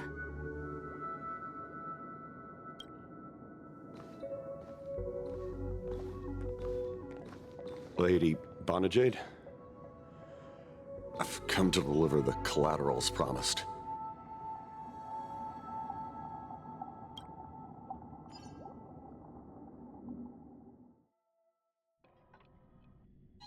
Turns out, the meeting to decide the future of Peniconia went much smoother than expected, with little debate. Oh, the Charmony Festival's opening ceremony is starting soon. I should head down and take a look. This airship has quite a few treasures. A bountiful harvest.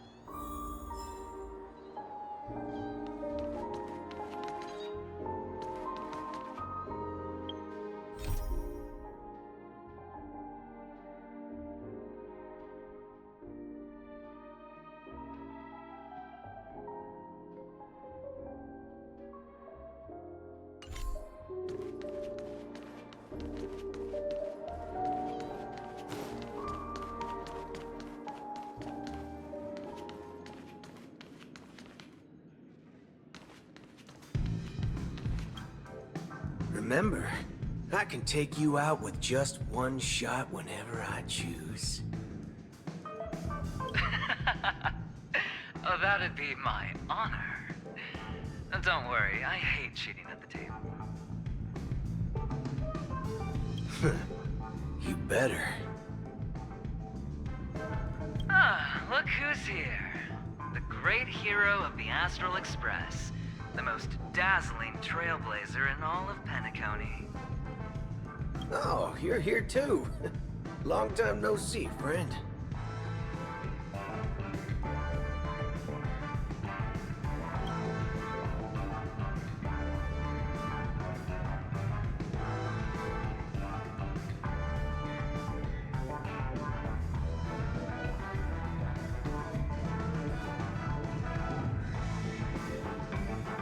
This fella is also tracking down that son of a gun.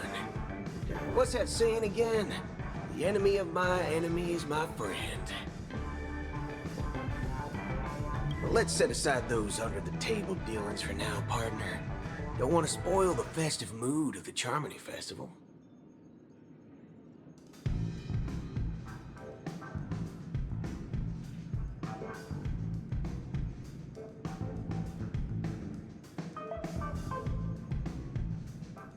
I agree. Now let's congratulate Mr. Trailblazer. I hear the family intends to thank the crew at the Charmony Festival.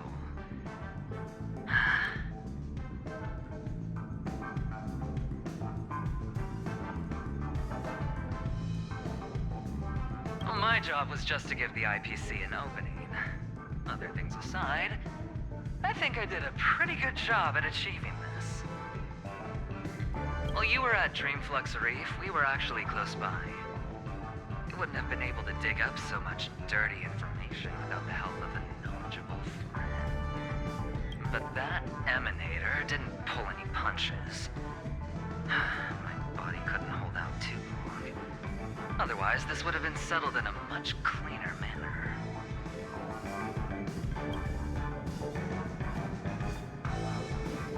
No problem. And punishing the wicked and eradicating evil is a top priority. Would have been strange if we sat it out. Making an entrance like that, us Galaxy Rangers are making a comeback. Reckon you'll meet quite a few followers of the hunt on your journey. Do me a favor, pass on my regards, will ya?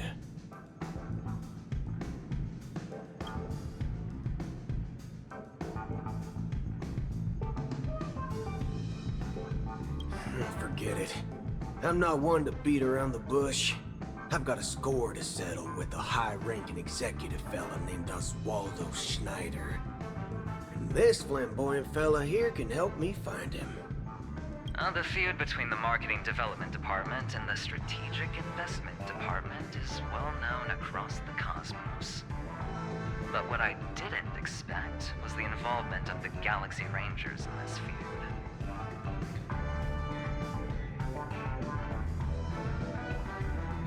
Looks like things are about to get spicy. Thank you. And I also hope you enjoy yourself, great hero of Peniconia. I'll pass. But I do hope you guys have fun. If you don't mind, let's play a few rounds next time.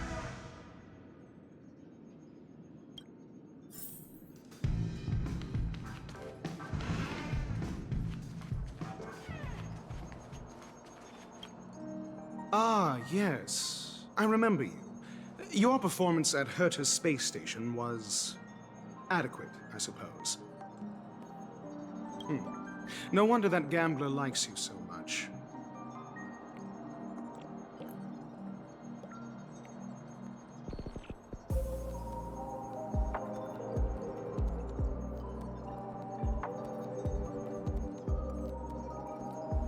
Don't try to emulate that gambler's penchant for attempting to be overly clever. I'll let it go this time, but this won't happen again.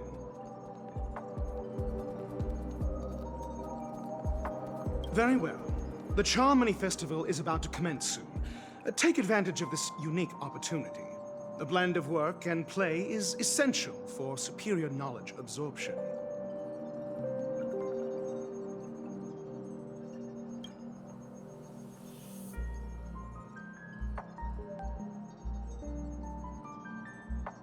The executives of the IPC and the Guild say that we are strategic partners. Yet, from my perspective, I am invariably the teacher, and he, along with you and every other individual, is the student. From this perspective, Aventurine isn't what you'd call an ideal student. Yet, he's also not utterly obtuse. Alas, the void within him can never be filled by talent and knowledge. Let's hope he doesn't turn into a philosophical zombie.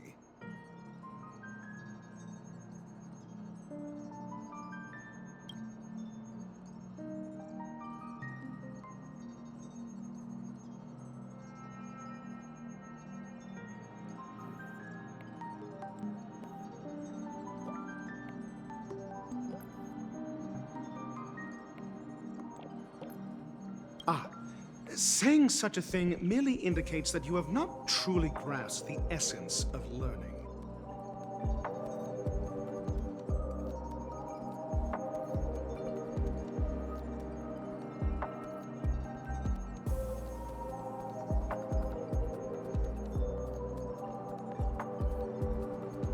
The principle of balancing work and relaxation is scientifically grounded, with the relevant proof process detailed on page 21 of the 31,467th issue of the academic journal Star Caesar. Acquiring knowledge aims to enhance living, Don't invert priorities like those dolts at the guild.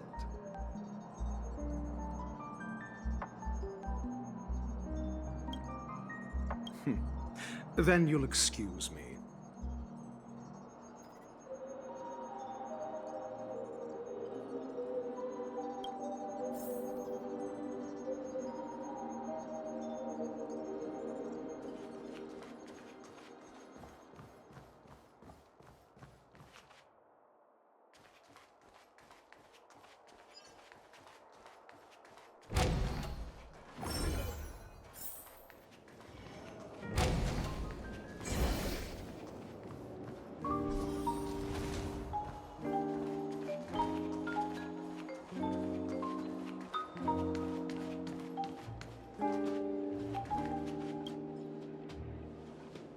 Well, if it isn't my old friend.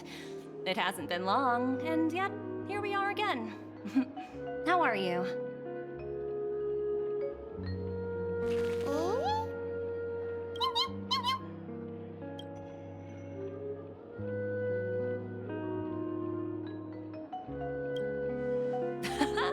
That's what I thought. I heard you guys pulled off a big stunt, cutting down the Oak family in one fell swoop. Such a pity I couldn't be there, or else I would have lent a helping hand. Look how bustling this ship is. Not bad. Someday when I'm less tied up, I plan to host a grand party on my eco-ship, and you'll all be on the guest list.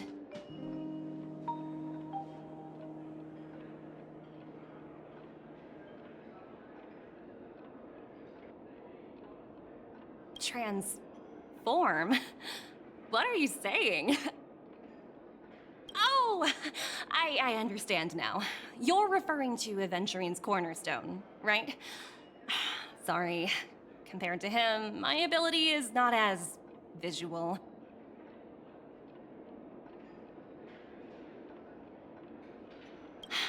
Guess there is no harm telling you. The abilities of the 10 Stonehearts' cornerstones are all different. Some can even read your thoughts, grasp your desires. So, be careful.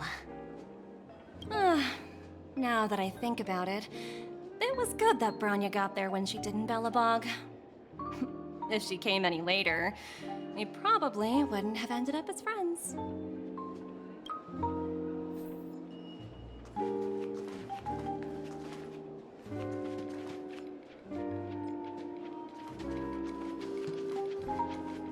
What services do you require?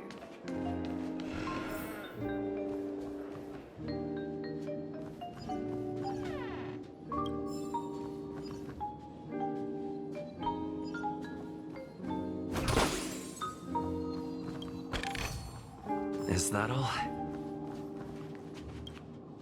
Hey there, lively guy. Welcome to the Bona Jade Exchange.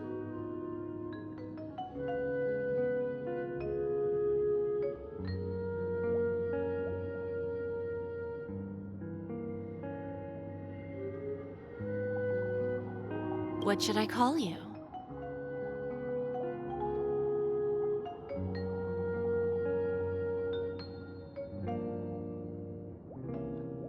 What a unique name. So, mister, what do you wish for? And what are you willing to sacrifice for it?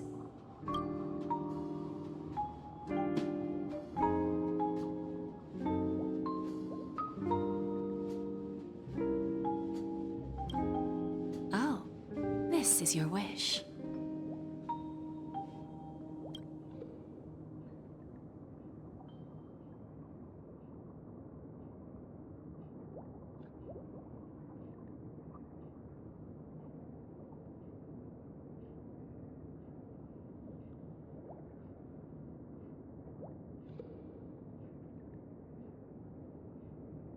Sounds simple enough.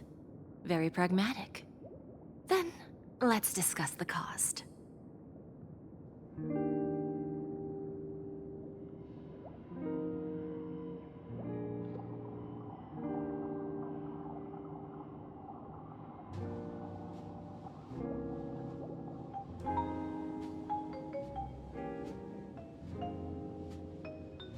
To fulfill this wish, the thing I need is simple. The tail of an animal. Well, it's a two-legged animal with black fur, a round head, and long ears. It's omnivorous and is prone to mood swings. Most importantly, it has mastered the human language and can communicate.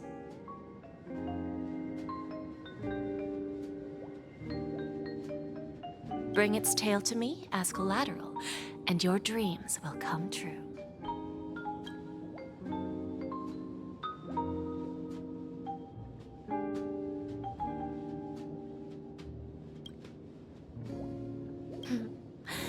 May fate bring us together again, Mr. Trailblazer.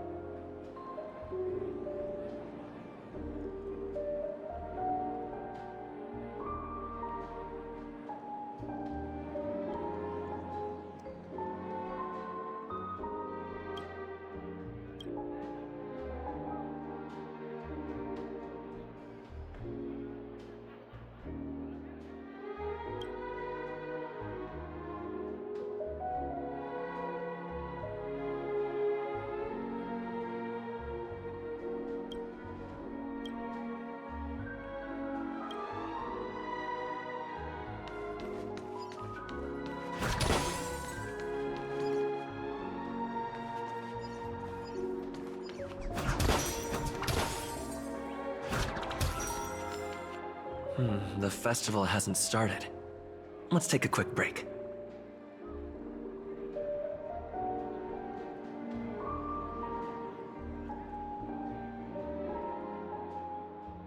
Hi, we meet again. Who's that? It's really you! I knew I didn't get the wrong person. Yes, it's just I didn't get the chance to say hello. There's still some time before the Charmony Festival starts. Do you want to chat?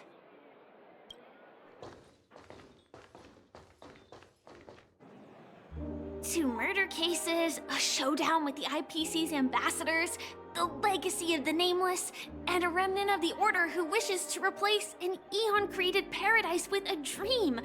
You guys even ended up shattering the dream. It's truly been quite a vacation. It's a good thing that you guys managed to overcome all those difficult problems. Congratulations! After the Charmony Festival's opening, will you guys be leaving again?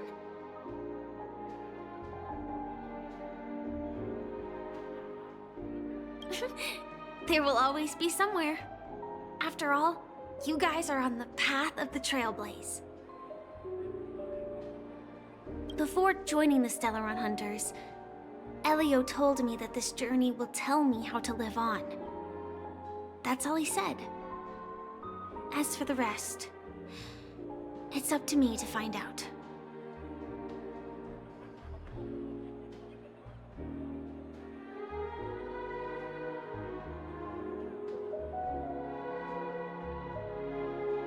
So, I'll pay extra attention to any leads that will let me live on. This trip to Peniconia is no different.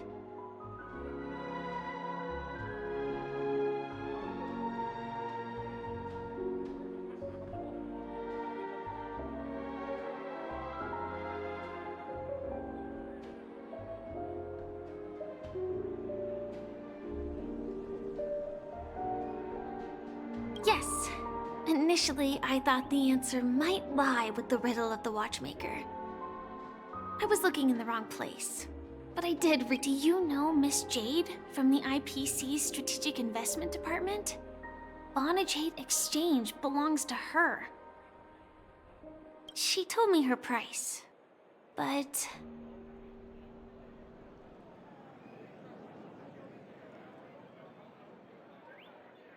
I know.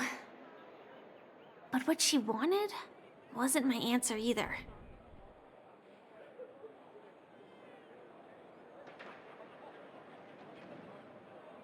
Of course, I want to live on. But... what fate owes me?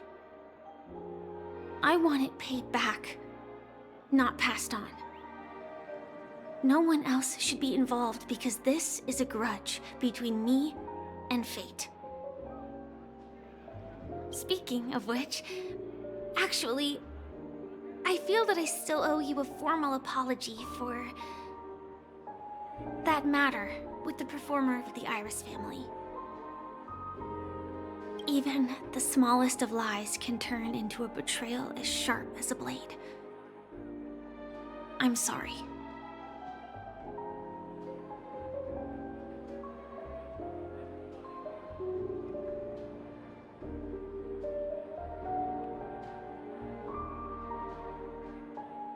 Really? Then it seems what Kafka taught me was correct. To me, hiding is much easier than being honest. Yet, I still want to try expressing my emotions as any ordinary person would. It's that girl! Get moving! Arrest that criminal before the Charmony Festival's opening ceremony starts! I can't believe they've chased me this far. Looks like we have to say our goodbyes. Don't worry about me, just go and enjoy the ceremony.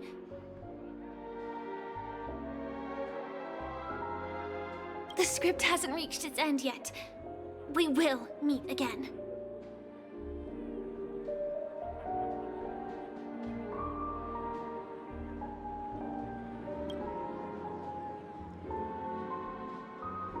I hope she's okay. But if it's only those two hounds again, she'll probably be fine.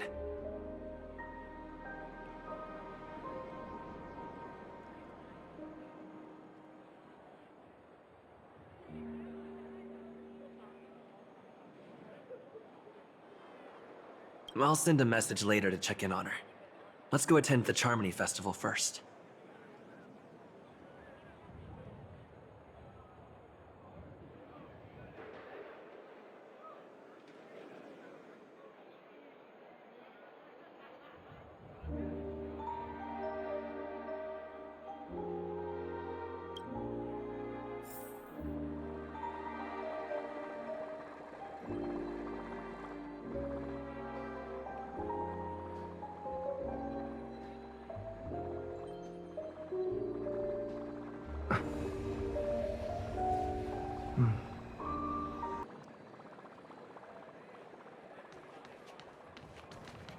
Let's take a seat here. Everything is settled. But there's still some time left. Maybe... Forget it. I've done enough walking around already. Let's take a seat.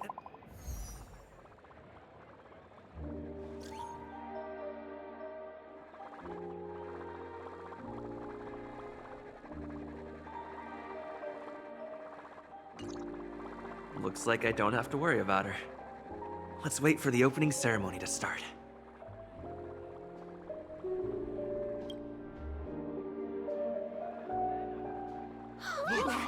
It's Miss Robin!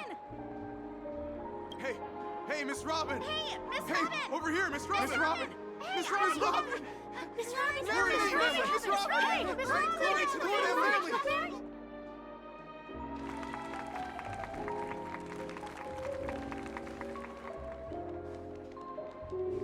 Distinguished guests, fellow family members, ladies, gentlemen, and friends from all over the cosmos.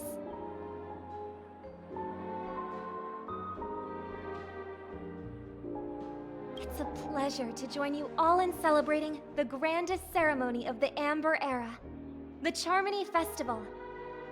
Firstly, on behalf of the Peniconia family's 5 major lineages,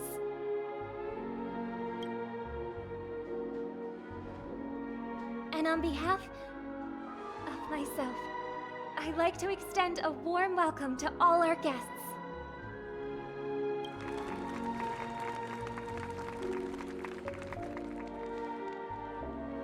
As you all may have noticed, this year's Charmony Festival is far from regular. Thanks to the efforts of everyone, this celebration is unprecedented in scale, with factions from across the cosmos in attendance. Not only that, the customary opening ceremony held at the Peniconia Grand Theater has now moved to the Radiant Feldspar, the very airship you all stand upon.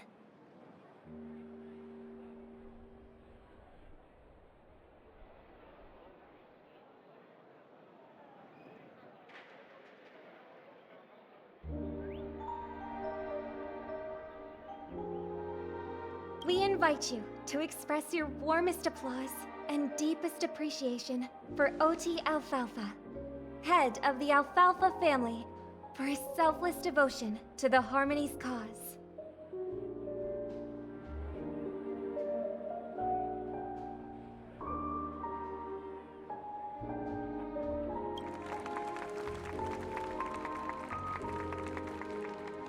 What makes this festival so uniquely significant? As is widely known, the Radiant Feldspar had to halt its voyage due to an anomaly in the Sweet Dream, sparking widespread discussion in the 12 Hours.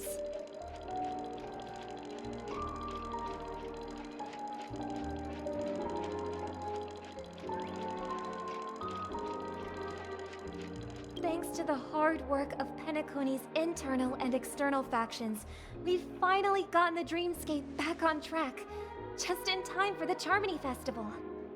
And as they say, good things come in pairs. The Charmony Festival not only celebrates this achievement, but also marks the relaunch of the Radiant Feldspar. And finally, the last reason. Does everyone remember the Watchmaker? In truth, the family has poured their efforts into this festival just to commemorate this legendary luminary.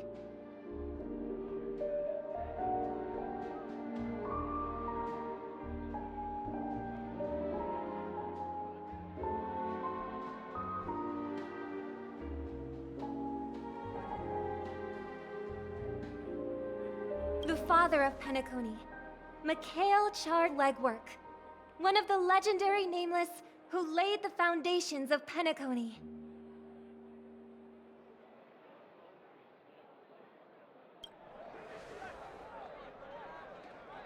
In the most bewildering times of the planet of festivities, it was he who descended from the sky with his companions, who taught us through trailblazing where freedom lies. It was also they who led the vanguard in the pioneering of the Dreamscape, in exchange for what is now known as the Paradise of Harmony.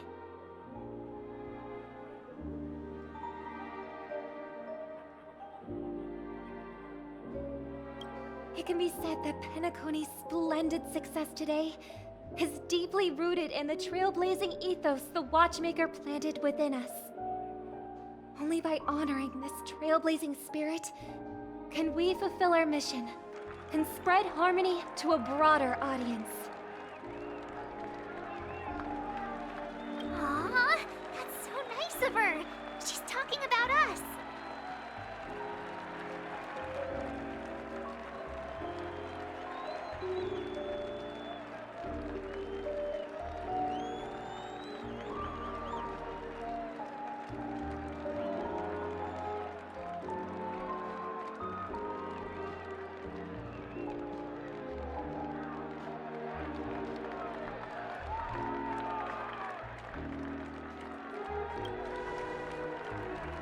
Oh, come on! It doesn't matter if she's talking about the old or new generation.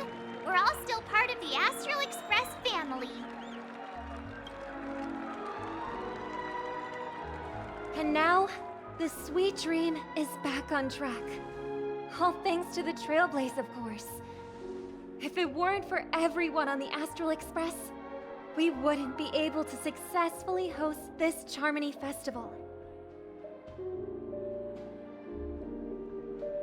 Thus, with unanimous consent from the 5 major lineages, Penaconi's family, on behalf of all family members throughout the cosmos, offer a token of appreciation to the Nameless.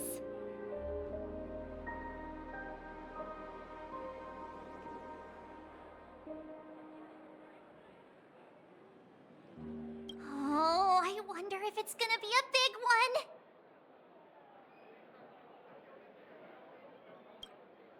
We will transfer ownership of the Radiant Feldspar to the Astral Express. A meager appreciation that we hope you will accept with grace. Let us gift our applause and cheers to these brave and dauntless Nameless. Nameless! Nameless! Nameless! And now, I propose a toast. To harmony, to the Trailblaze, to the future of Pentaconia and the universe, and to the generous Alfalfa family head, Mr. O.T. Alfalfa.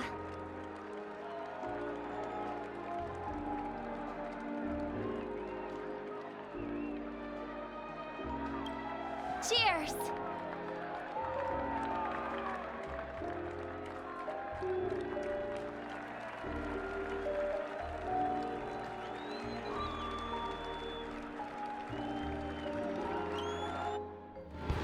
Cheers!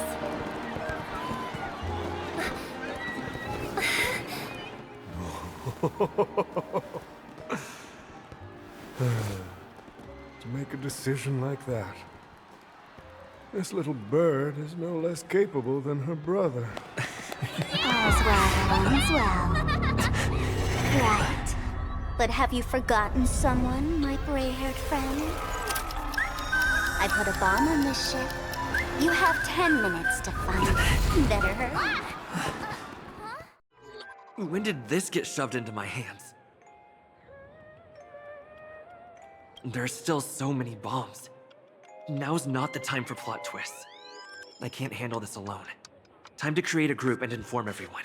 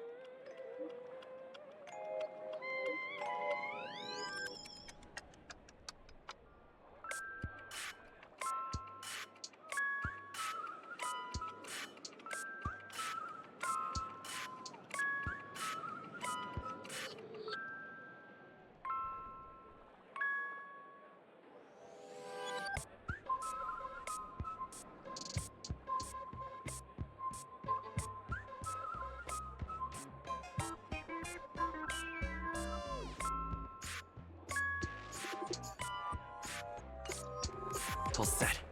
Let's start following the plan.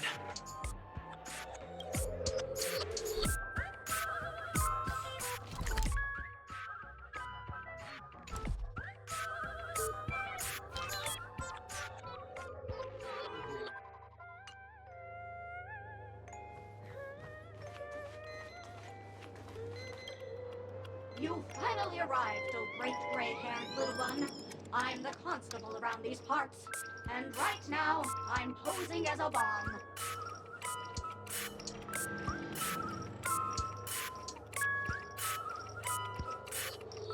You don't like it?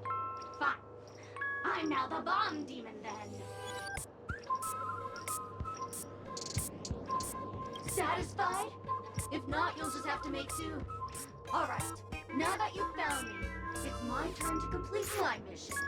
Next, I'll count down from 5, and then explode! 5, 4, 1. Did I miss a number? Oh, so it is. No matter, I'm not even a real bomb! Was it surprising? Shocking? Horrifying? No. Really?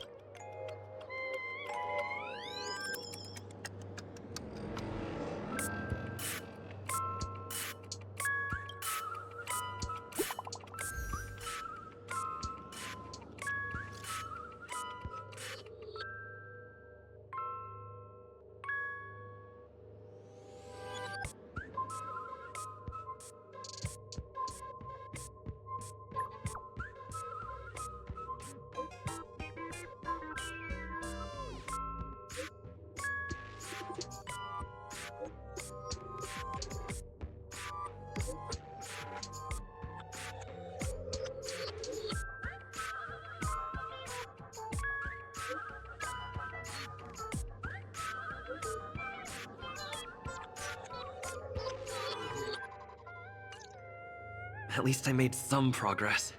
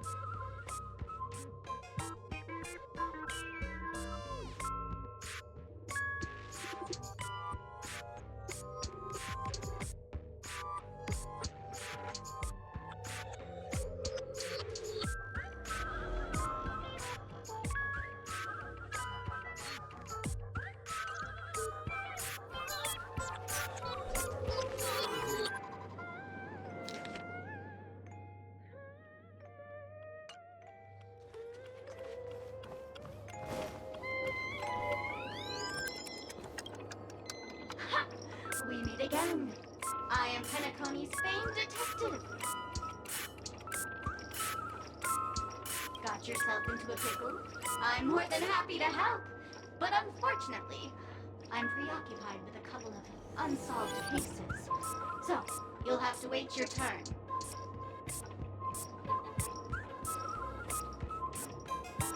Oh, right. It completely slipped my mind. Dr. Boom specializes in explosives. I need your help, mister. You've had quite a few run-ins with Dr. Boom. And with the recent bomb situation, you're bound to find evidence that proves Dr. Boom is the killer.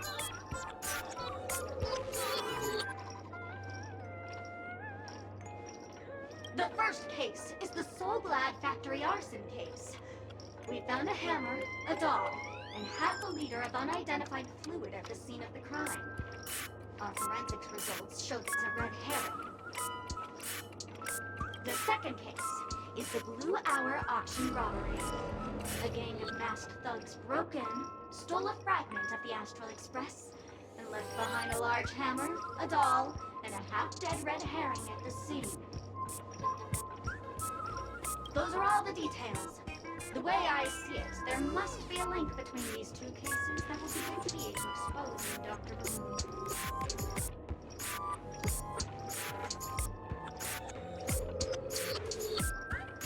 I trust in your deduction. Which piece of evidence do you think is the deciding factor?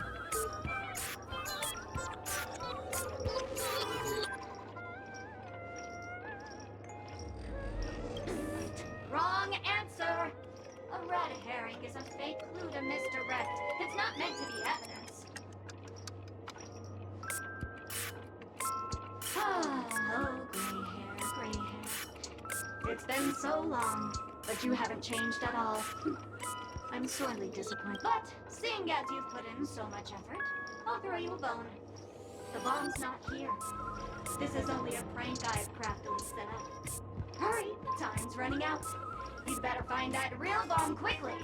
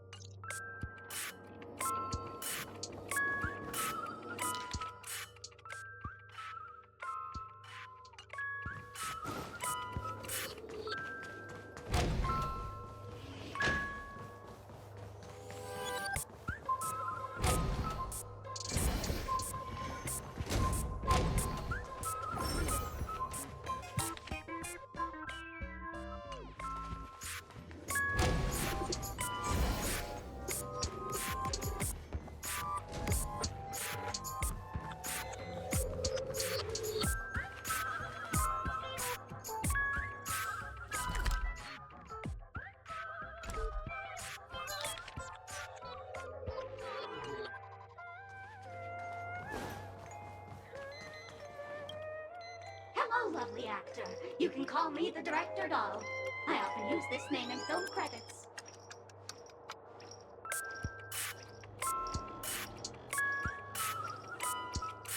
If you didn't know, I'm the one who directed the entire farce in Peniconia. As the leading man of the show, what did you think? Feel free to share your thoughts. Well, actually, due to the current plot requirements, you're only allowed to say one line. So, please try and resist the urge to share your thoughts.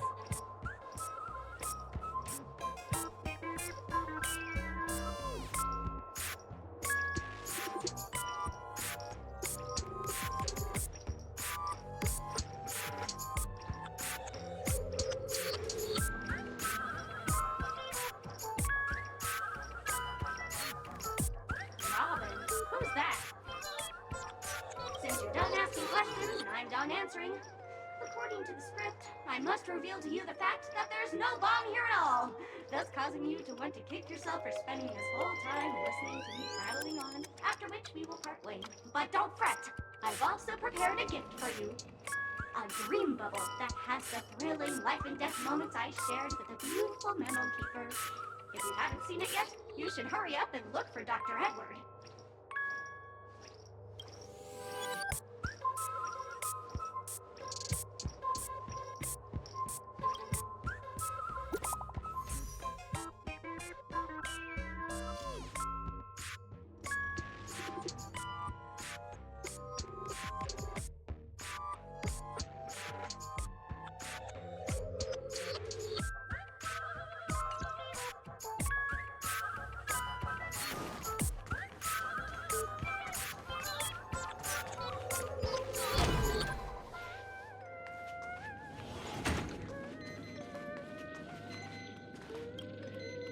Hello, I'm a bomb. There's still some time before I explode, so you can take a look around first.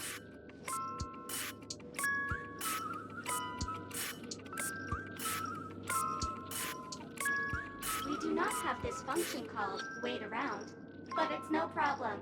To ease any boredom during your wait, I can play a soothing song for you. Now playing Never Give Up, Never Surrender by the trending superstar Asterically from the Epsilon 12 system. Oh, hang on. Penaconi's family have not purchased the rights to this song. We can't play it here. How about this? I'll recite it for you. Next up, please enjoy a recital of Never Give Up, Never Surrender. Oh, aha! If you ask me how I feel about you, don't tell me that you pretend not to see. They will never give you up, never make you sad. They will never give you up, never make you cry. They will never say goodbye to you, never tell lies to hurt you. Praise, aha!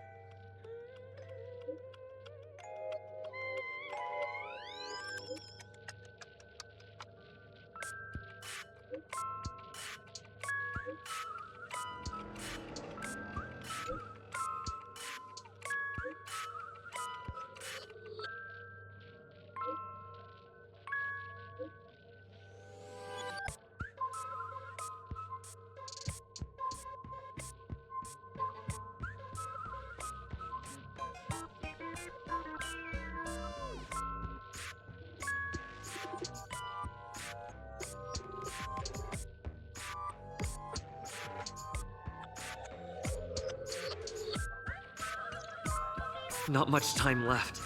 I hope I make it.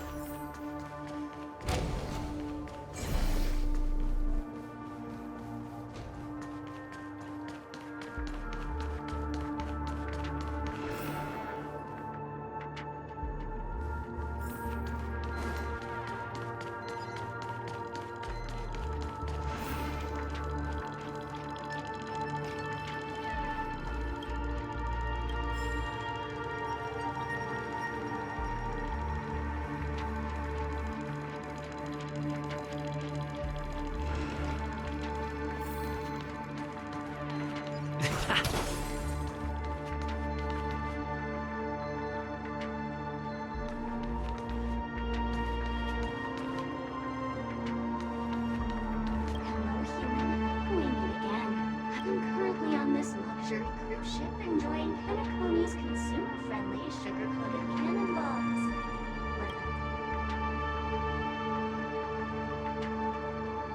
If you've been to the Xianzhou Lafu, it's likely we've met. I'm a heliobus, originally from the Lafu's Fixtural Garden. I'm passionate about researching Xianzhou subcultures, but I've slowly come to realize that Xianzhou subcultures also have their limits. I forgot what happened. But anyway, I ended up in Penacony. I wanted to study a subculture that is completely different from the Xianzhous. And boy, it's really been an eye-opening experience. That is, if I had eyes. I've come to realize the people here don't treat subcultures as actual culture. They call them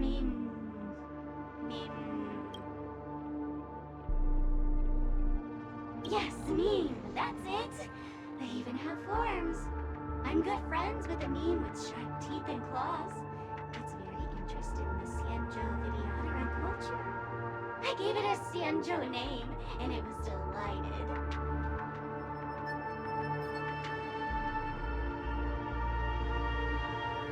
Oh, speaking of which, I should go and look for it.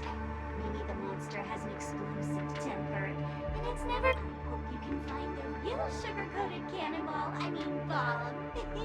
Bye-bye!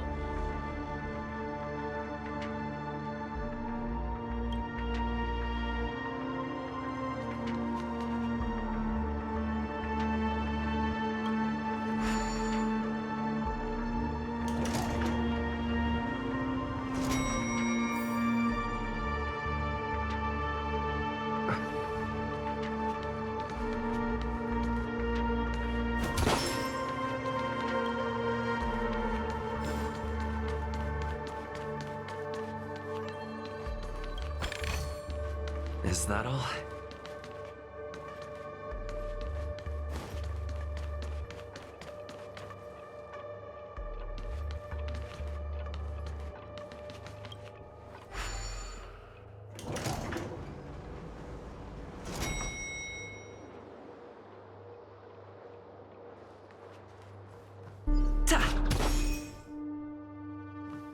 Is that Firefly?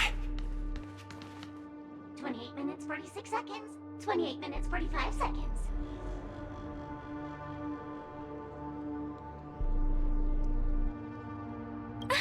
You're here!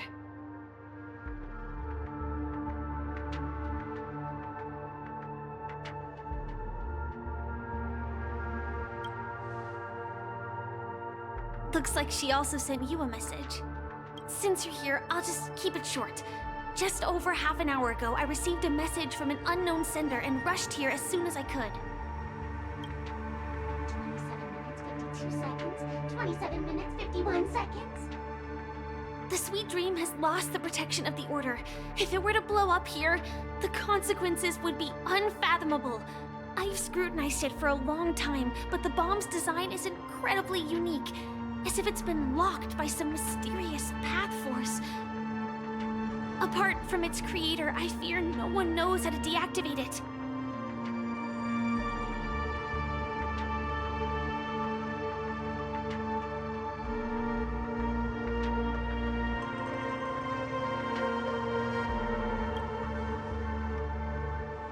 It's difficult. Time is running out, and she's a master of disguise. And even if we catch her, she won't come quietly.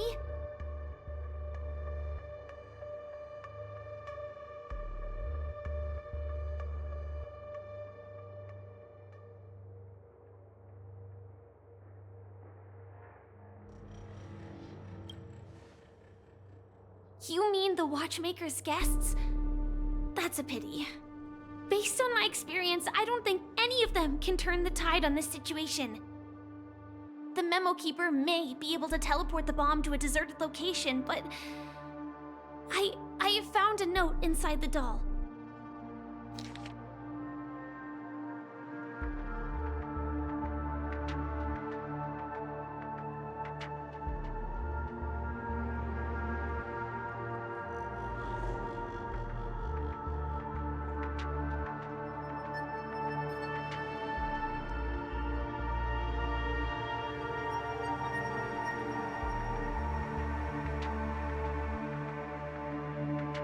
I don't know what grudges they have, but this path is a dead end, too.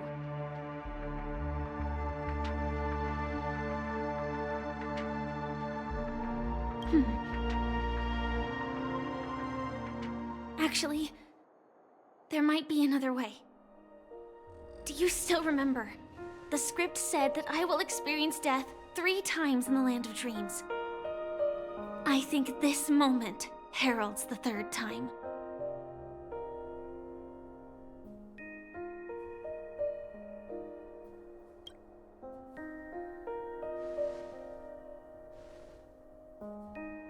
You may already know that I have no way of evoking dreams.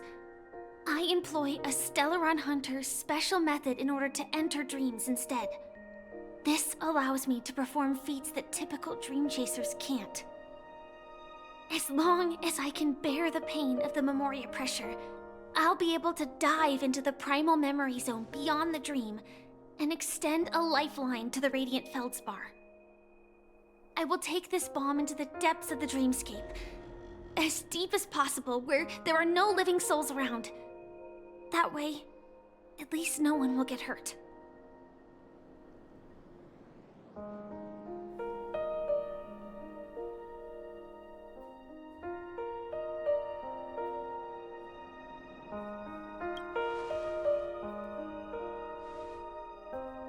Don't worry. I believe that this Firefly armor will be enough to take me to where I need to go before the countdown ends. And maybe even make it back safely. At present, this is our best and most logical course of action. After all, a long story deserves a happy ending.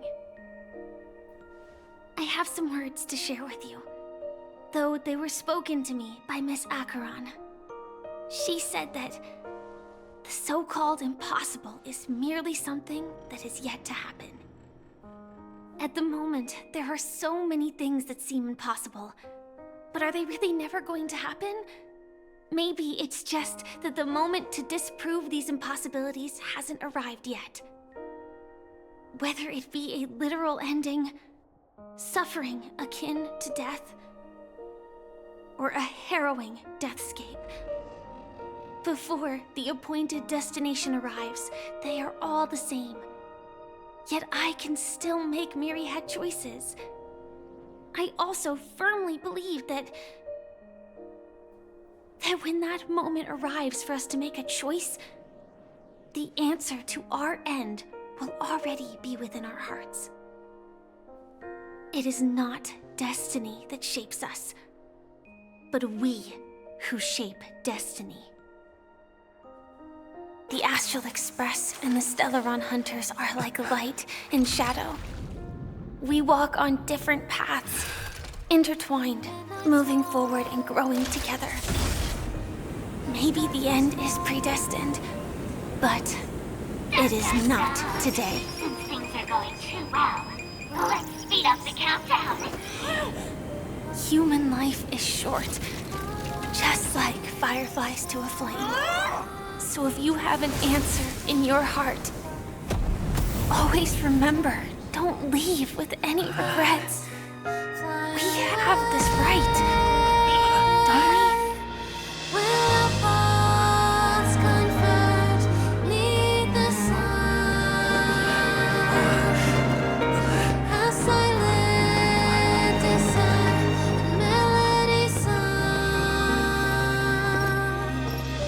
Since you care so much about other people's safety, why don't you go take a closer look?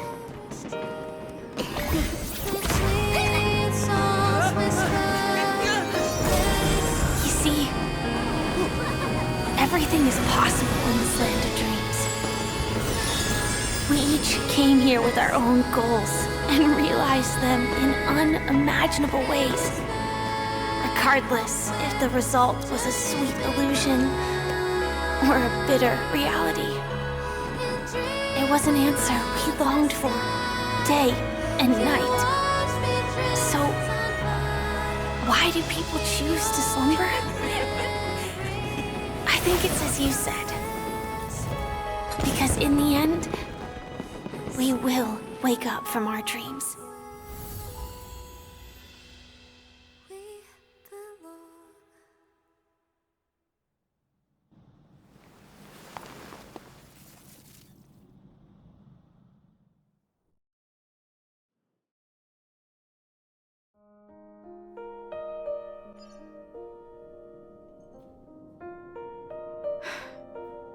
When I arrived, I happened to see a child holding it. He said the flowers were prepared by Aunt Jessie for the watchmaker and the war comrade he'd missed his whole life. Mikhail would place 2 bunches of flowers here year after year. And after he left, it became 3. Your wishes will always be remembered by someone. Now Peniconia, as you hoped, has welcomed the dawn after a long, dark night. The path forward may not be a bed of roses, but at least people are prepared to step forth towards freedom. Tiernan, you can go home now. While the Nameless are also preparing for the next stop of their voyage.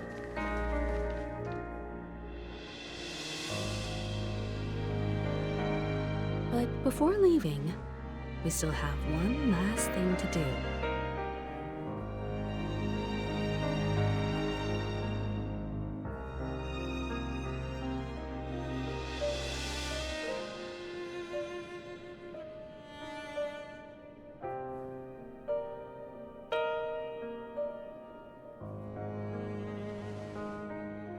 A fitting end to the tale of the departed. One could not ask for a better farewell. Go on. They're all here.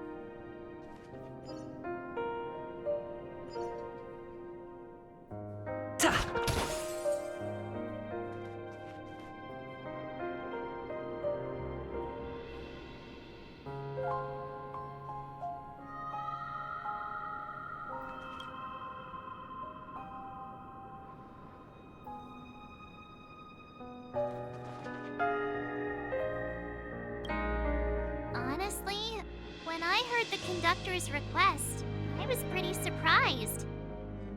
The Nameless. Those who trailblaze, doing good deeds but never seeking recognition. After all this time, how would we even find those 3 people in such a vast place like Peniconia?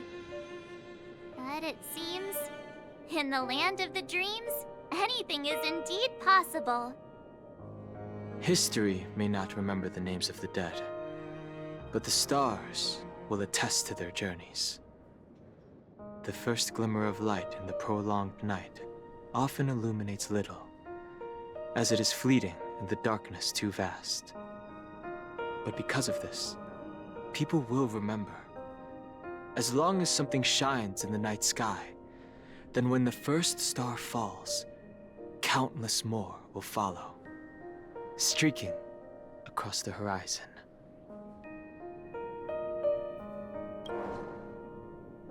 Brooklyn Tiernan, Rosalina J. and Estella, we raise a toast to you, trailblazers of the Silver Rail. A toast to history that no longer remains silent. The passionate and courageous pursuit, and a voyage that traverses the stars.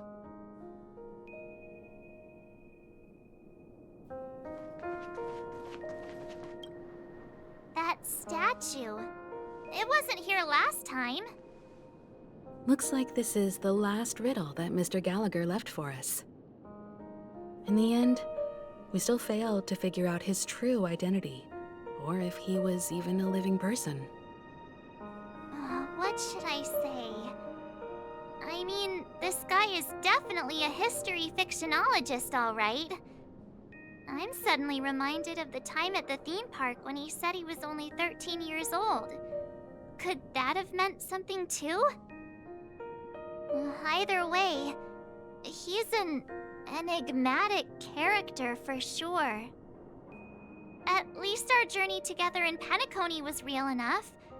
And his loyalty and love for this land must have been real too, right?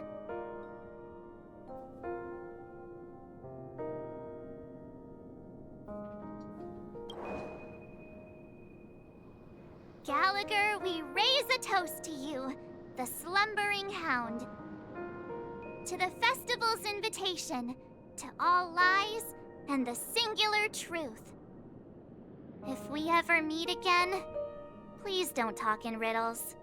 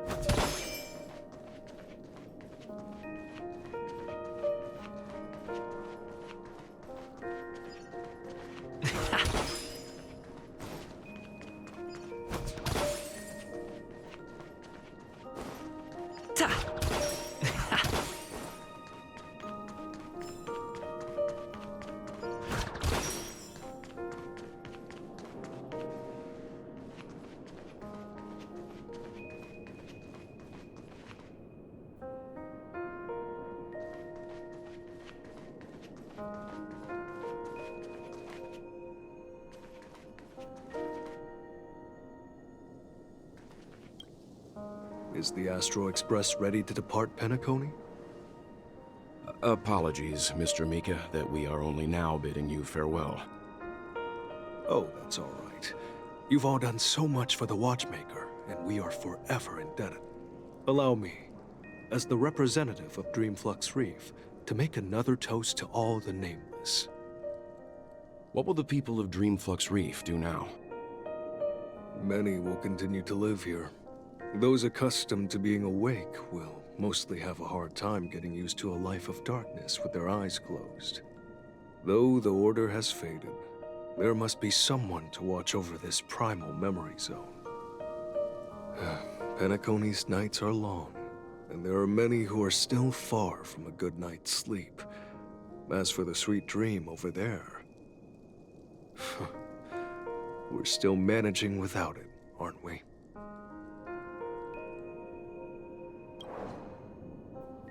Mika and residents of Dreamflux Reef, we raise a toast to you, Watchers of the Long Dream. To your tenacity throughout time, to each sorrowful night, and to the dawn that is finally upon us.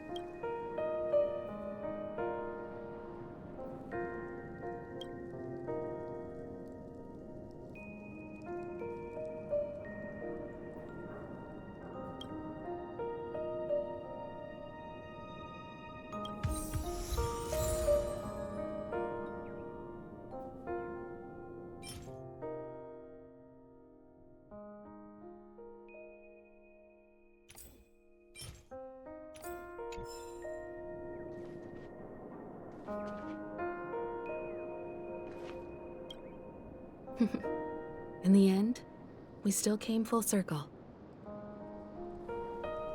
This trailblazing expedition started from the moment you and a bellboy ran into each other. After going on a journey of many twists and turns, they still ended up where they started.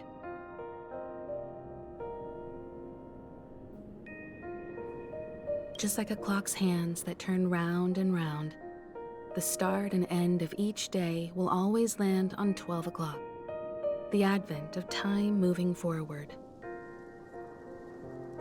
There shouldn't be much left to say. This entire adventure started because of you, and should naturally end with you. And then, a new page will be turned. Mikhail Char Legwork, we raise a toast to you, watchmaker of the land of the dreams, nameless of the Astral Express. To Penaconia's past, present, future, and the child's unwavering dream unto death. With that, our duty as nameless should be complete, right? The trailblaze can illuminate the way. But ultimately, the future of a world belongs to those who live in it.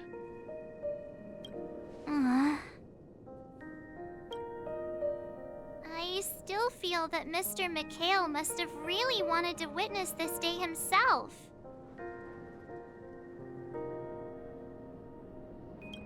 What's on your mind, March?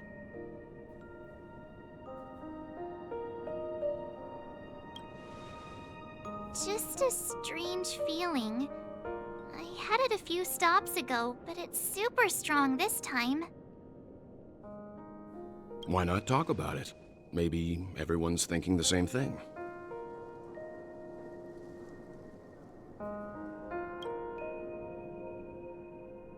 I can't help but think that whether it's Mr. Mikhail, Mr. Tiernan, or Madame Rosalina, their lives must have been long, and they must have experienced plenty of stories.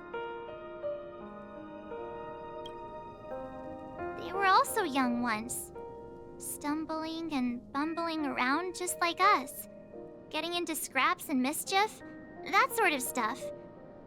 Companions, enemies, journeys, adventures, all the sad and happy memories.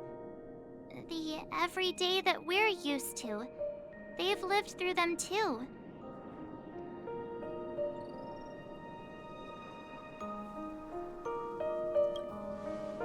But those things are all in the past.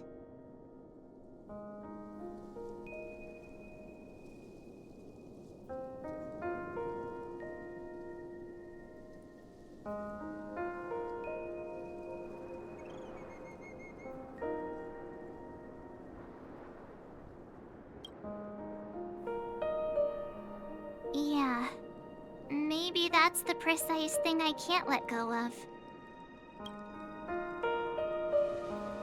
It'll be easier to understand if I use an analogy. Like when you're reading a book.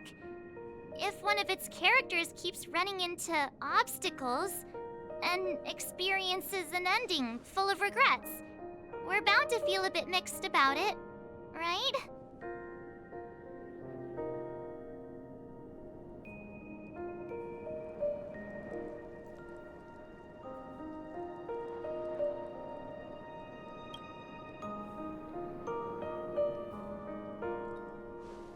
Because we've seen every nook and cranny of their lives, we see these people as special. So, even if there are parts of it that aren't really realistic nor logical, we still hope that their story gets a good ending when it comes.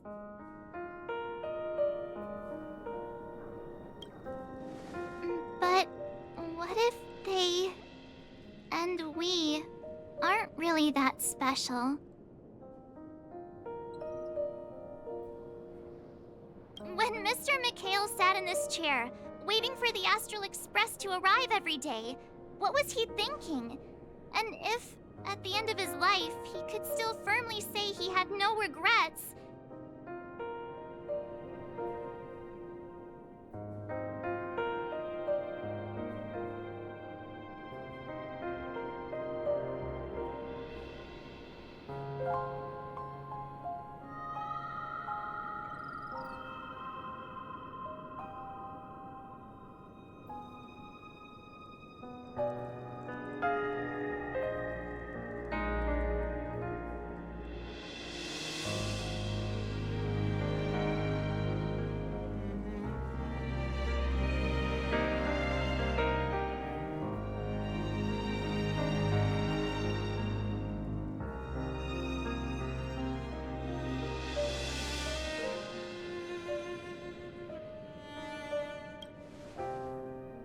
Then, what is this regret we feel in our hearts right now?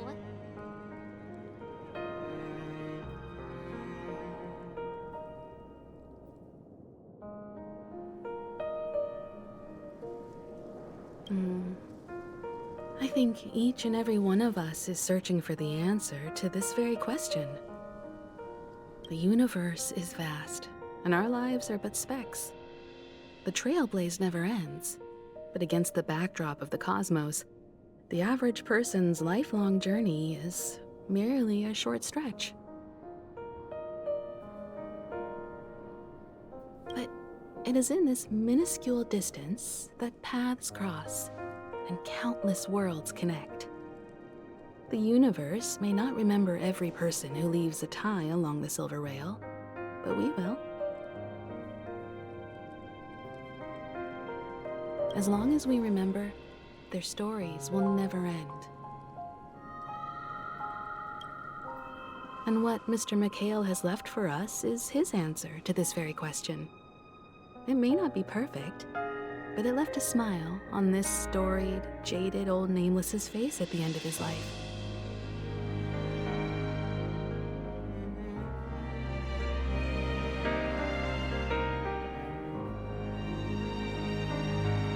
And its meaning will be interpreted by those who come after us.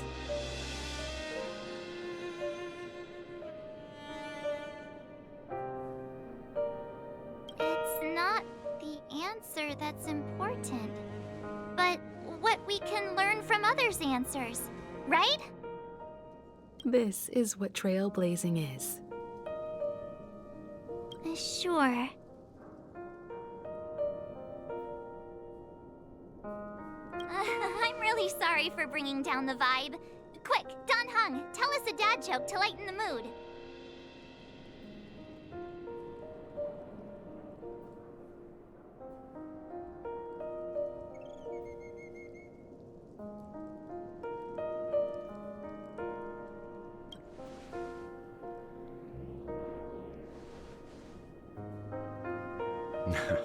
It's never a bad thing to reflect. One day, we'll all have to face our own farewells.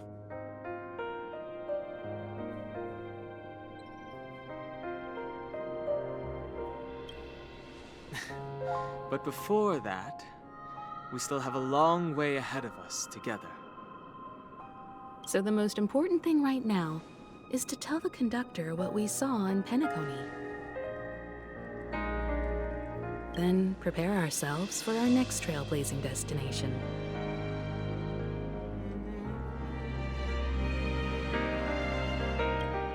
I should get back to the Express. Or maybe I could say my final goodbye to Acheron.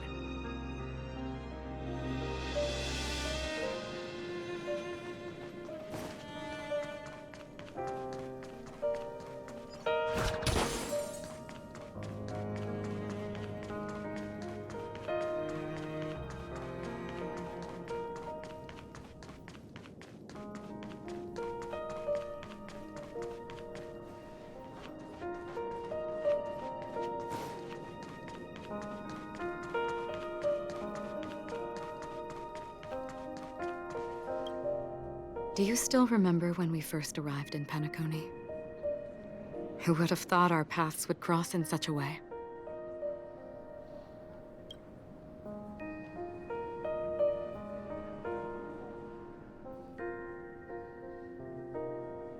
The ocean of stars is vast, And given our destinations, I'm afraid our paths may not cross again.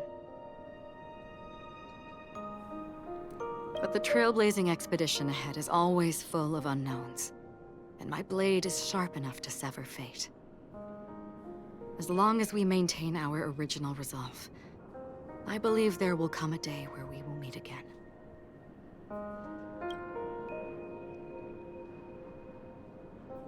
Ah.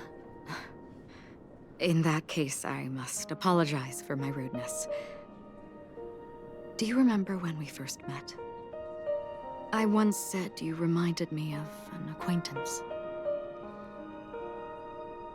Because of the Self-Annihilator's curse, my memories are stripped away, blurring my past.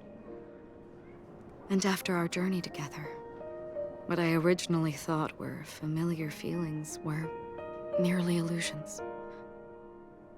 I believe this was truly our first meeting.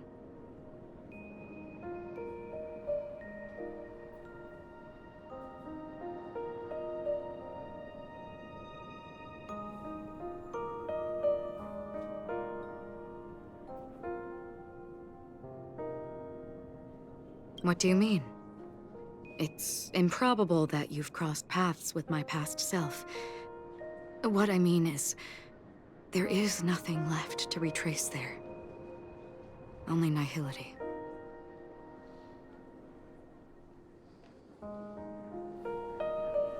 I see. You've also had a similar experience? Then you should know that this me and your memory of me are not the same person.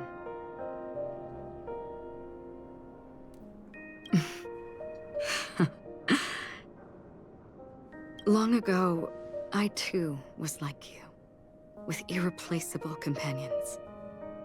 We also embarked on journeys, making the best choices we could, whenever we could.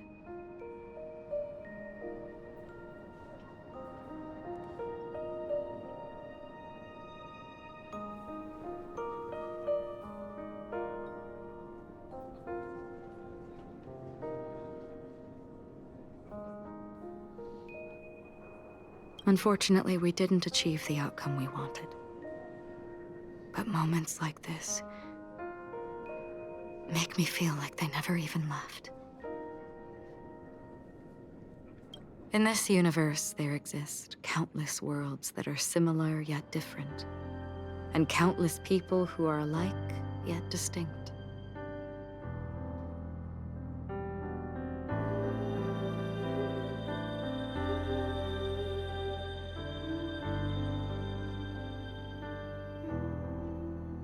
I too have wandered alone, encountering acquaintances on strange worlds, seeing their silhouettes overlap with my past. In your opinion, what does this déjà vu mean?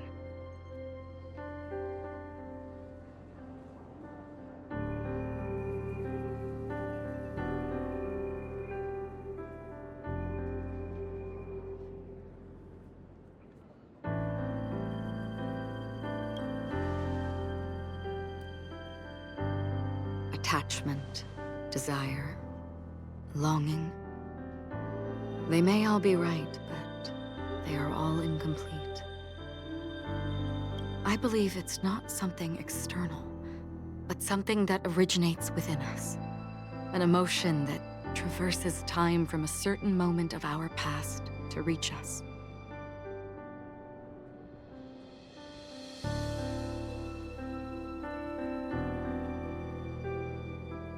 Perhaps it's a source of warmth and happiness. Or maybe it brings pain and sorrow. Each time we reminisce on our past, we always seem to notice a tiny but unforgettable instant that we left behind us, along with certain other things that remain constant throughout. That is a summary of our lives, encapsulating everything about us in these moments.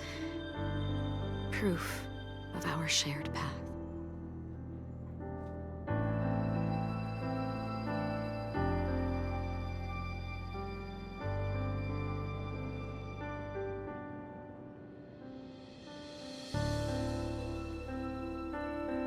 Within them, we glimpse our own essence. And thus, we truly exist.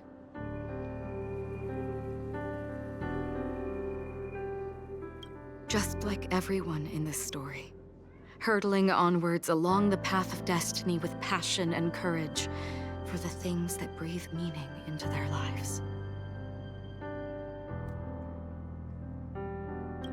Set forth on your voyage without hesitation, Nameless, on the path of the Trailblaze.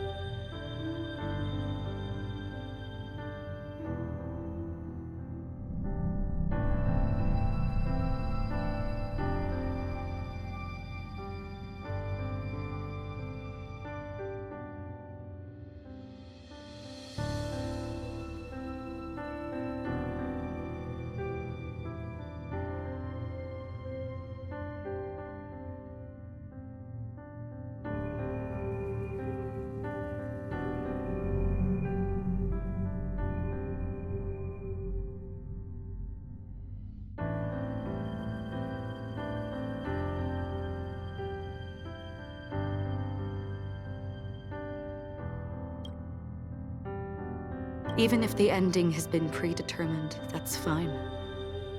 There are countless things that humans cannot change. But before that, on the road towards the end, there are still many things that we can do. And because of this, the end will thus reveal a completely different meaning. This is the meaning of journey. All those things, beautiful before, are still so now. And I believe it will still bloom at the end of the nihility. Until we meet again beneath the sun's rays.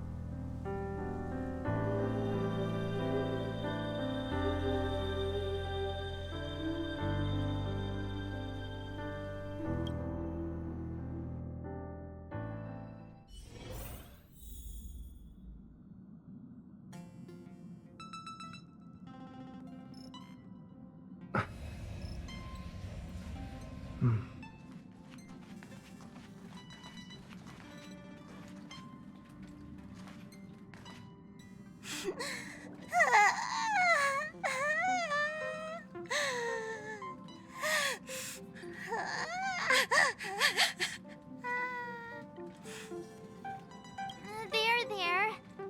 Chin up, Pom-Pom. Don't be sad. Don't cry. Wow. Your method of consolation is truly unsophisticated. Still better than just standing there like a scarecrow. How could you say that? Don't be so mean. And while you're here, why don't you help me comfort Pom Pom? We told Pom Pom all about our adventure, and they suddenly started crying. I've never seen Pom Pom so sad before.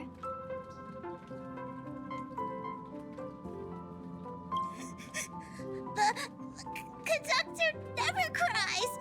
Pom Pom is never sad.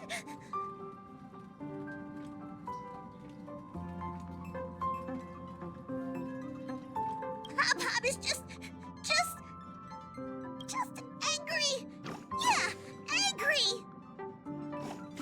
No matter where the express stops, you lot always manage to cause chaos. My well-thought-out timetable completely ignored. If you carry on like this, the express is gonna run out of fuel. That's right. Pom Pom is just angry. It's not because of Misha, Tiernan, Rosalina, and the rest.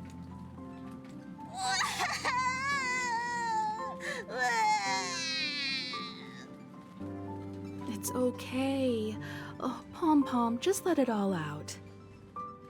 Everyone, could you all take a break in the next car? Don't worry. I'll stay here with Pom Pom. But... Let's go, March. It's okay. Oh, Pom Pom, just let it all out.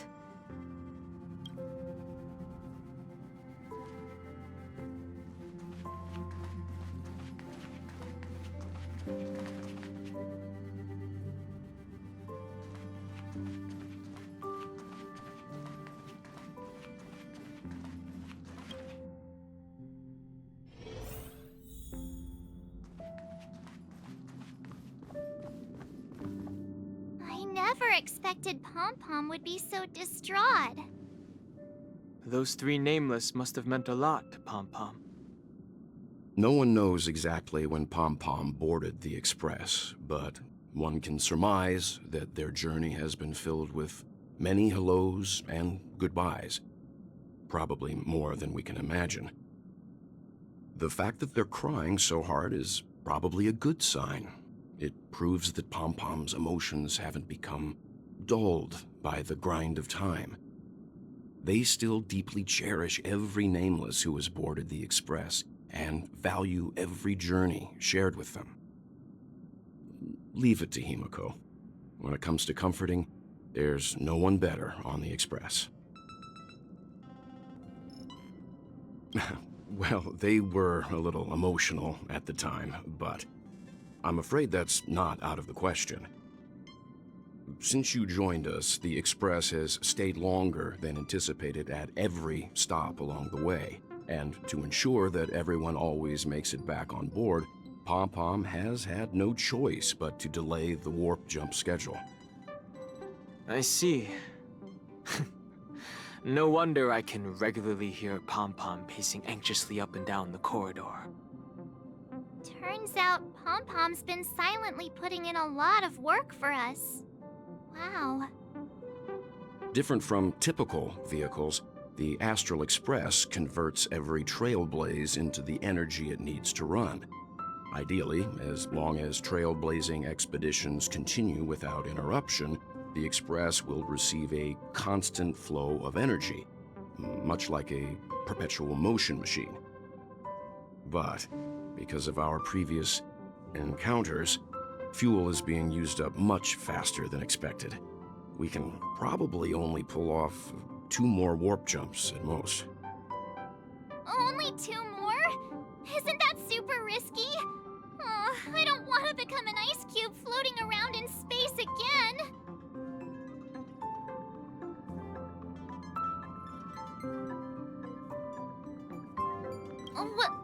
When you put it like that, it doesn't actually sound too bad. But I don't even want to become an adorable ice cube floating around in space again. Which also means that we must prudently consider our next destination. Yes, I've already checked the astral charts. The two nearest worlds to us are the oceanic planet of Lushaka and the agate world, Melostanen. As for which one we're headed to, that still requires a vote. Or perhaps you might consider a suggestion.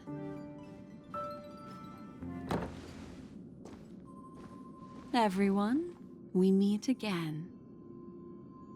It's you! Why were you just in my room? It's a very cute room, Miss March. Just like you.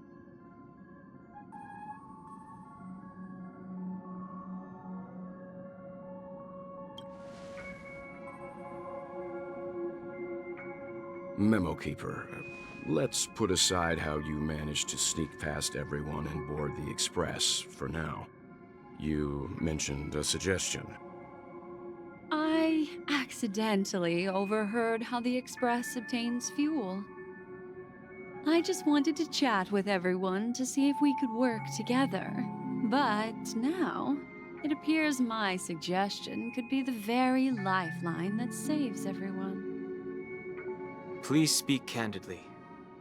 Depending on what you say, we could very well ask you to disembark. Ah, the Permanence's descendant. What a charming little dragon, especially with those mired memories of yours. But I digress. If the Astral Express is in urgent need of a special trailblazing expedition to recharge its engine, have you all considered this? Perhaps your destination could be a world that even the renowned Akivili never reached. Should you be able to lay down a new stretch of silver rail, the Express may never have to worry about energy ever again.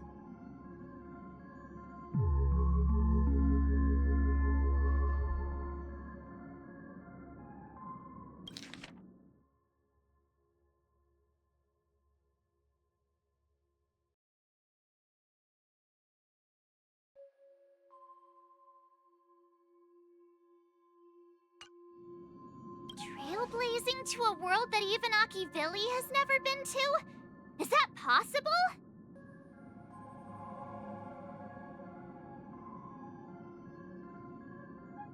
Continue, Memo Keeper. This destination of which you speak, what sort of world is it?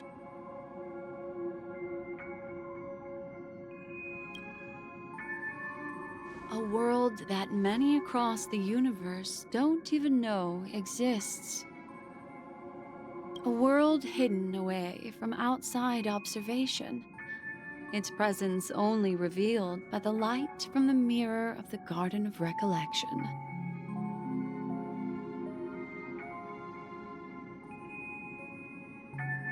A world fettered by 3 paths, its destiny hanging in the balance.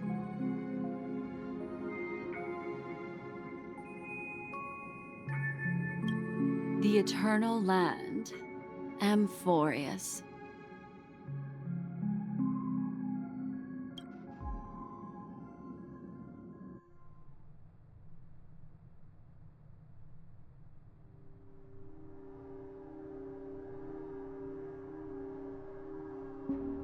I hope I'm not too late, child.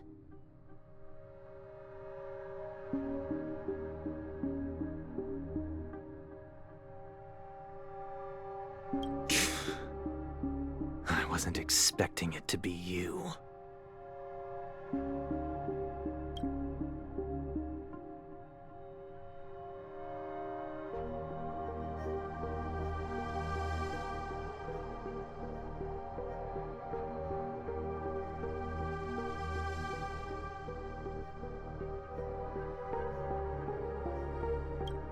Don't you know how many sentry posts the family has built? And how hard it is to get you out of here? Looks like my time's up.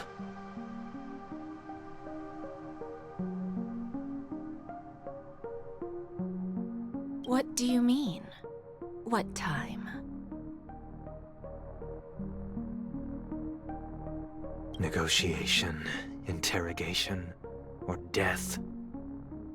My fate lies entirely in your hands, Lady Bonajade. The dance is done. Why bother with the compassionate pretense and give someone who's about to die the chance to talk?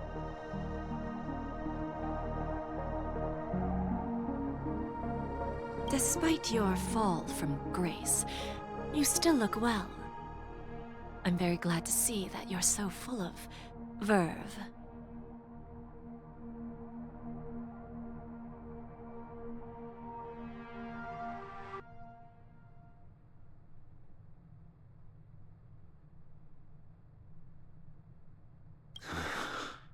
Do not insult my pride with half-veiled sarcasm. Have you specially come to see me just to sate your vile vanity?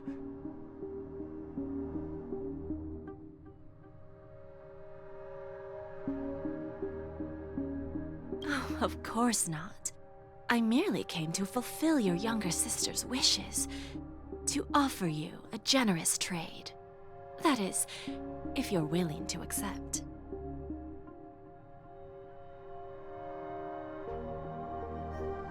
Robin? To build a true haven where everyone can attain peace. That's the oath between you siblings, isn't it? If I told you there was still a chance to realize this vow, would you be willing to talk to me then?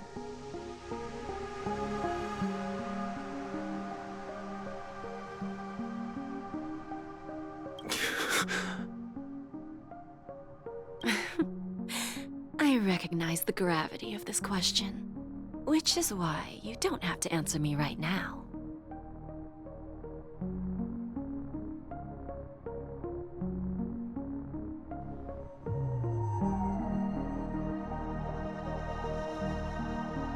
Go now. You are free, O Chosen One, who dare to exceed his bounds, sever your wings, descend to the mortal realm, and walk their lands. See what this world is truly like. I will not accept your charity. As I mentioned earlier, it's a trade, and you don't have to give me an answer right now. Rewards are not reaped in a day, and if there's one thing I'm best at, it's waiting. The sweet dream still continues, and the night is still long. You have plenty of time to contemplate your answer. Ah, a word of advice for you before we part ways. A word of warning from someone who's been in your shoes before.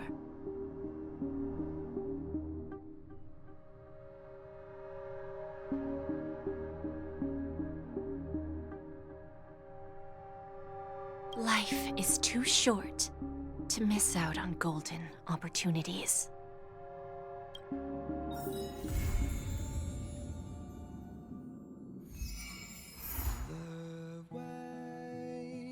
To celebrate, I'll be waiting till we make it the day to celebrate. I'll be waiting till we make it.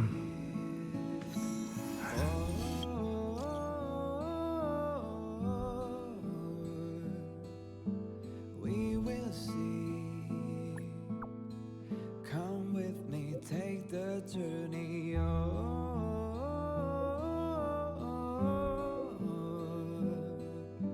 We will see. Come with me, take the journey.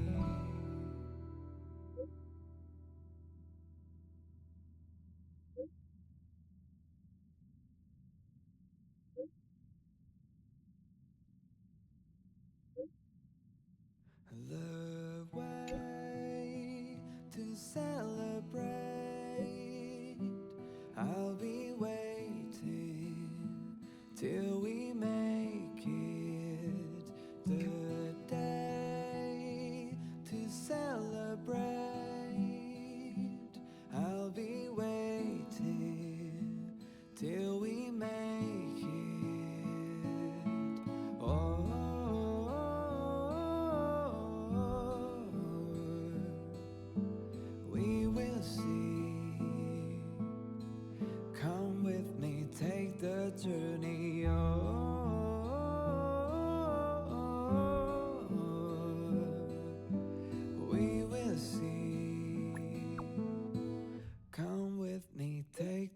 journey.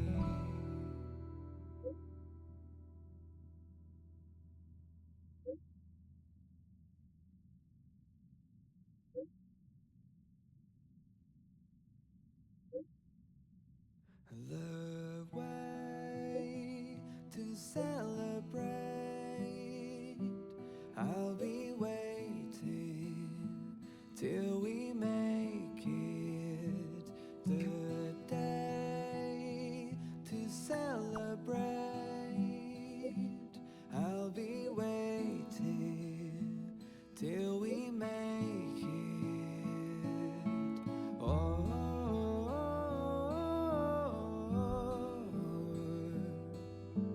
we will see. Come with me, take the journey.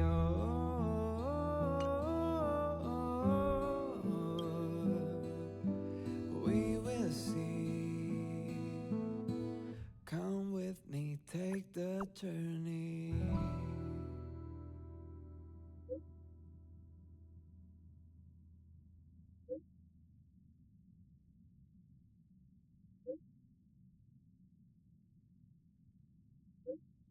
The way to celebrate, I'll be waiting till we make it.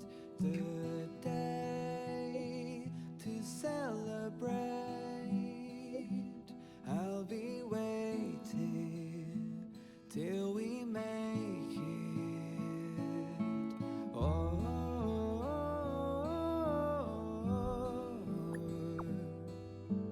we will see. Come with me, take the journey.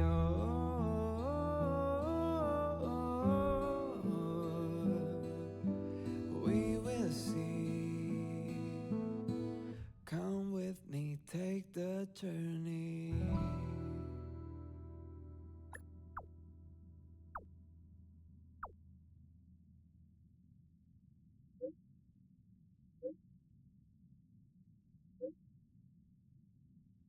The way to celebrate,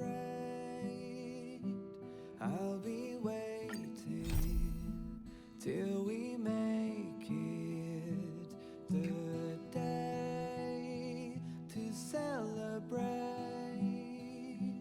I'll be waiting till